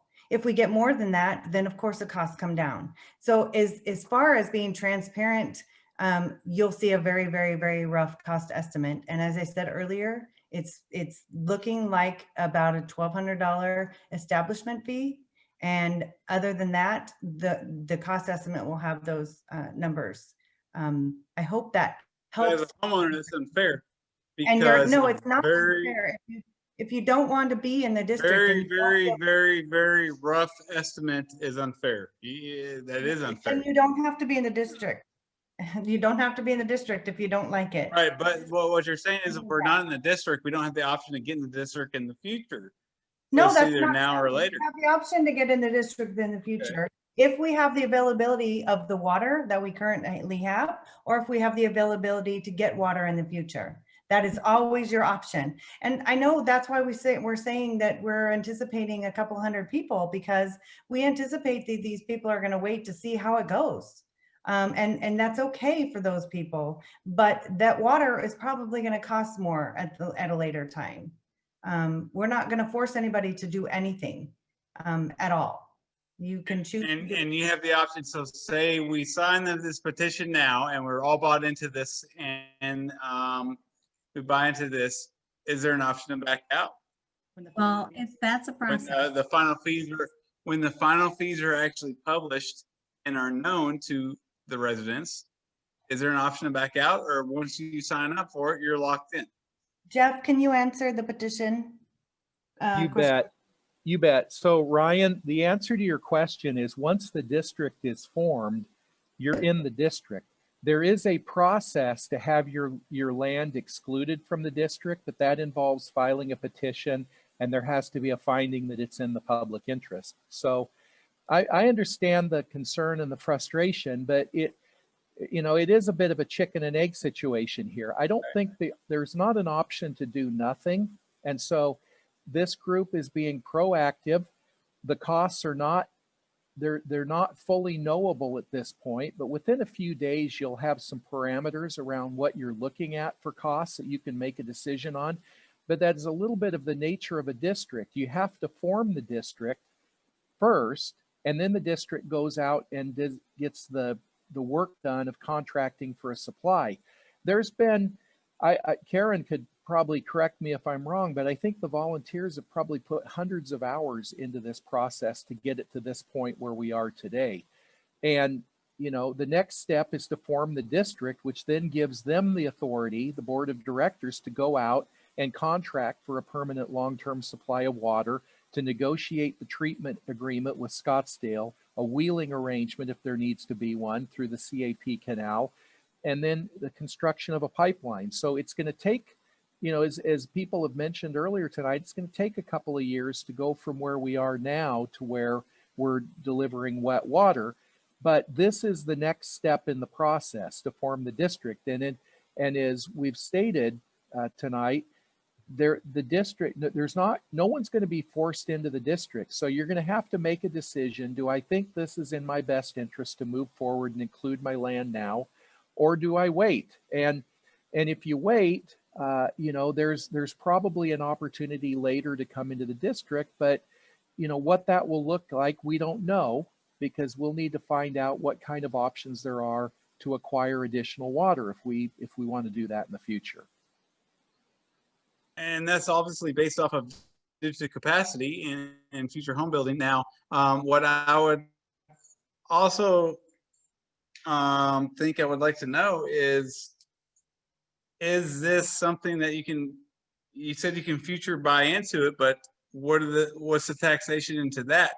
If you don't buy into it now, is there going to be a taxation to buy into it in the future?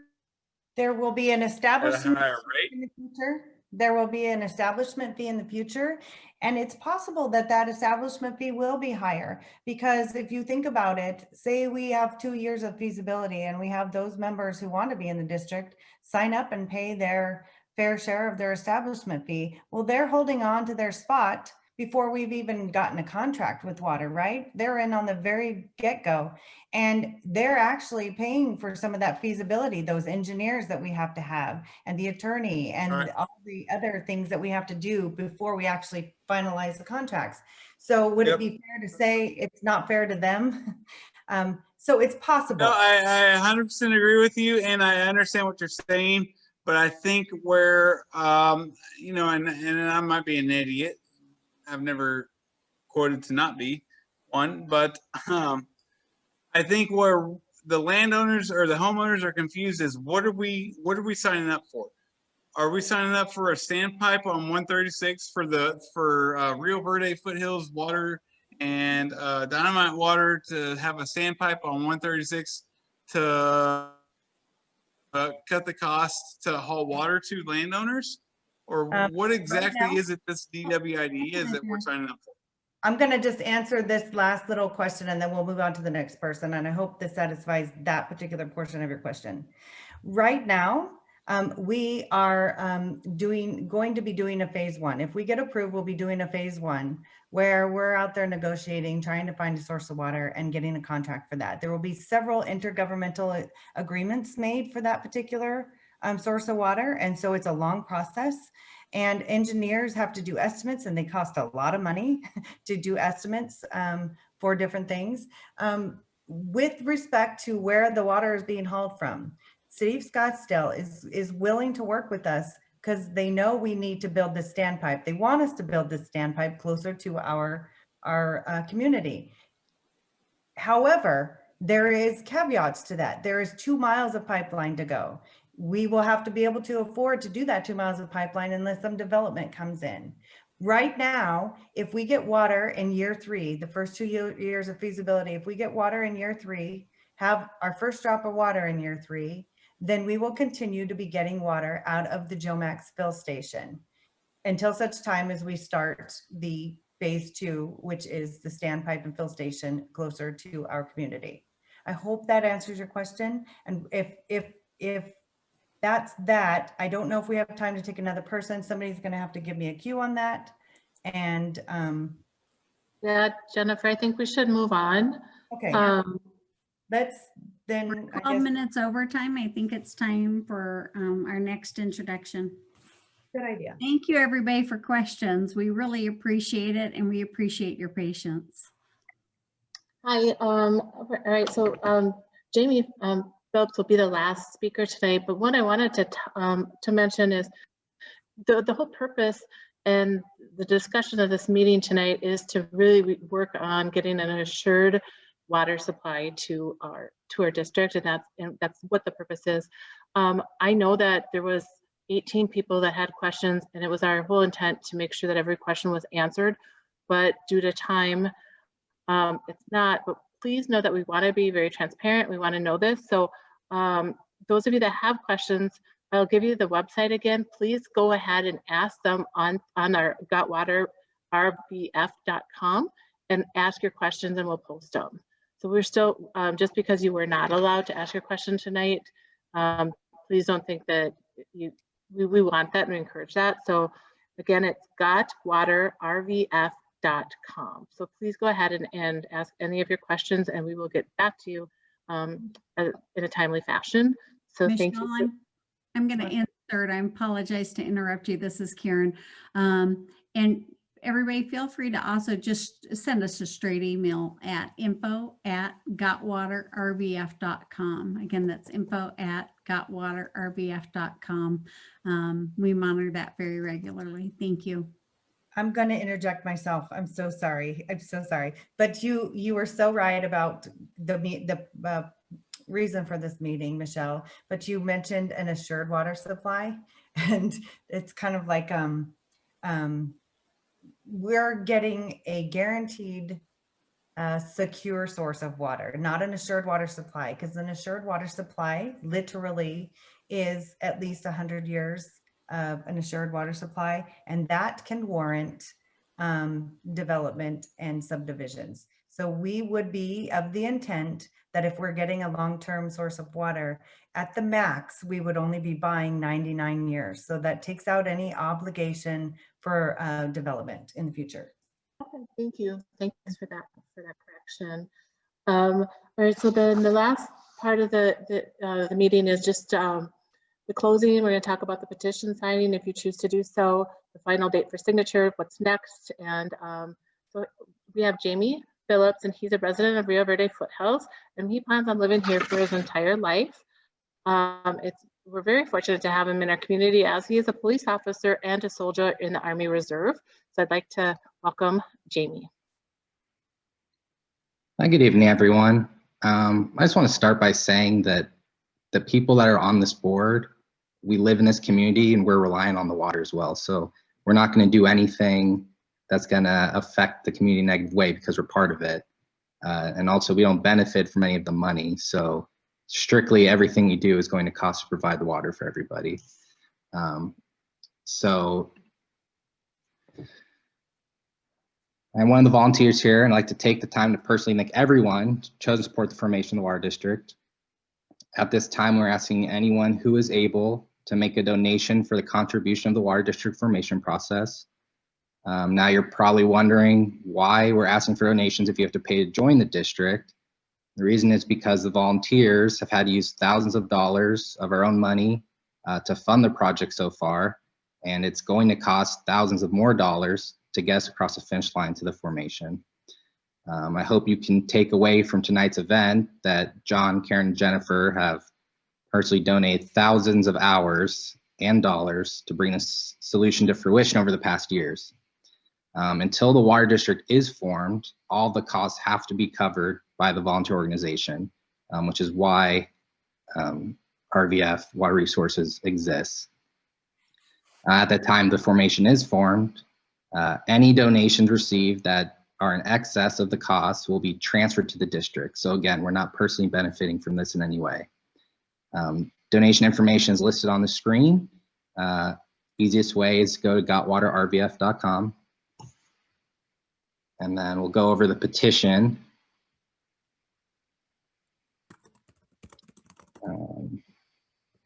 So currently we have 4 petition signings scheduled. We'll go over those on the next slide, but we're going to go over the requirements first. So in order to sign the petition at the event, please make sure you have a government issued ID with you so we can verify you are the owner of a parcel. The person signing the petition must be listed as the owner on the assessor's website. So if your land is owned by a company or a trust, you need to bring paperwork with you that shows you as the owner or beneficiary. If multiple owners are listed on the property, so married couple, husband and wife, only one person needs to sign the petition, but again, they have to be listed on the assessor's website. All of our signatures need to be completed by January 15th. If you do not sign the petition, like we've covered before, you will not be in the district. If you are unable to attend a petition, then email us, info@gotwaterrvs.com, and request a petition packet be sent to you. You'll be able to fill out this packet, and it just has to be notarized before we can accept it, showing that you do belong to that parcel. And again, 100% voluntary membership. If you don't sign the petition, you're not going to be part of the district. So now we'll look at the dates for the petition signing. So currently, we have 4 dates scheduled: December 11th, 4 p.m. to 7 p.m., December 14th, 4 p.m. to 7 p.m., December 18th, 4 p.m. to 7 p.m., and December 19th at 10 a.m. to 2 p.m.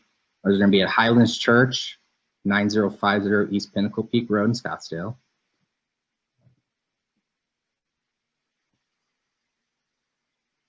If you're unable to attend the petition signing for any reason, you maybe have a sick relative, you don't want to go out with COVID, please contact us. We will work out any way we can to get you to sign it.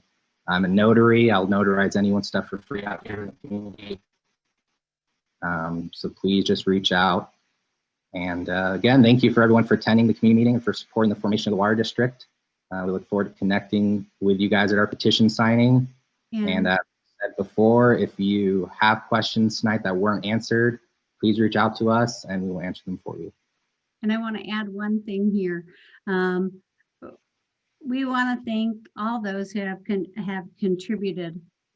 We've had a lot of support from local businesses that have helped to pay for our mailer, and one of our local community organizations has actually paid almost for the entirety of tonight's meeting. And I just got gained confirmation. Okay, yes. So we want to thank the Rio Verde Horsemen's Association, because tonight they really went out for us, and we cannot thank them enough. They've been amazing in that they truly just want to help get the information out to the community. And so they covered the cost for our Zoom meeting, our technical assistance going on in the background by Dave and some different people. So we, again, thank you, Rio Verde Horsemen's Association. Morgan Taylor has donated some money just overall to help us out, as well as John Hornware with Rio Verde Water. So John and Doreen, thank you for that. And then I can't tell you all the people who have just given us money and support, and all the thank yous and etc. emails. We couldn't have done this without all of your support. So thank you, thank you, thank you. And Jamie, you want to sign off? Yeah, like I said, just like to thank everyone for listening to us. Again, we all live here. We're all relying on the water. I want to be able to have my kids live out here too in the future. And the only way we're going to be able to do that is if we can secure our water to continue to live here. So thank you, everybody. Bye, everybody. Thank you.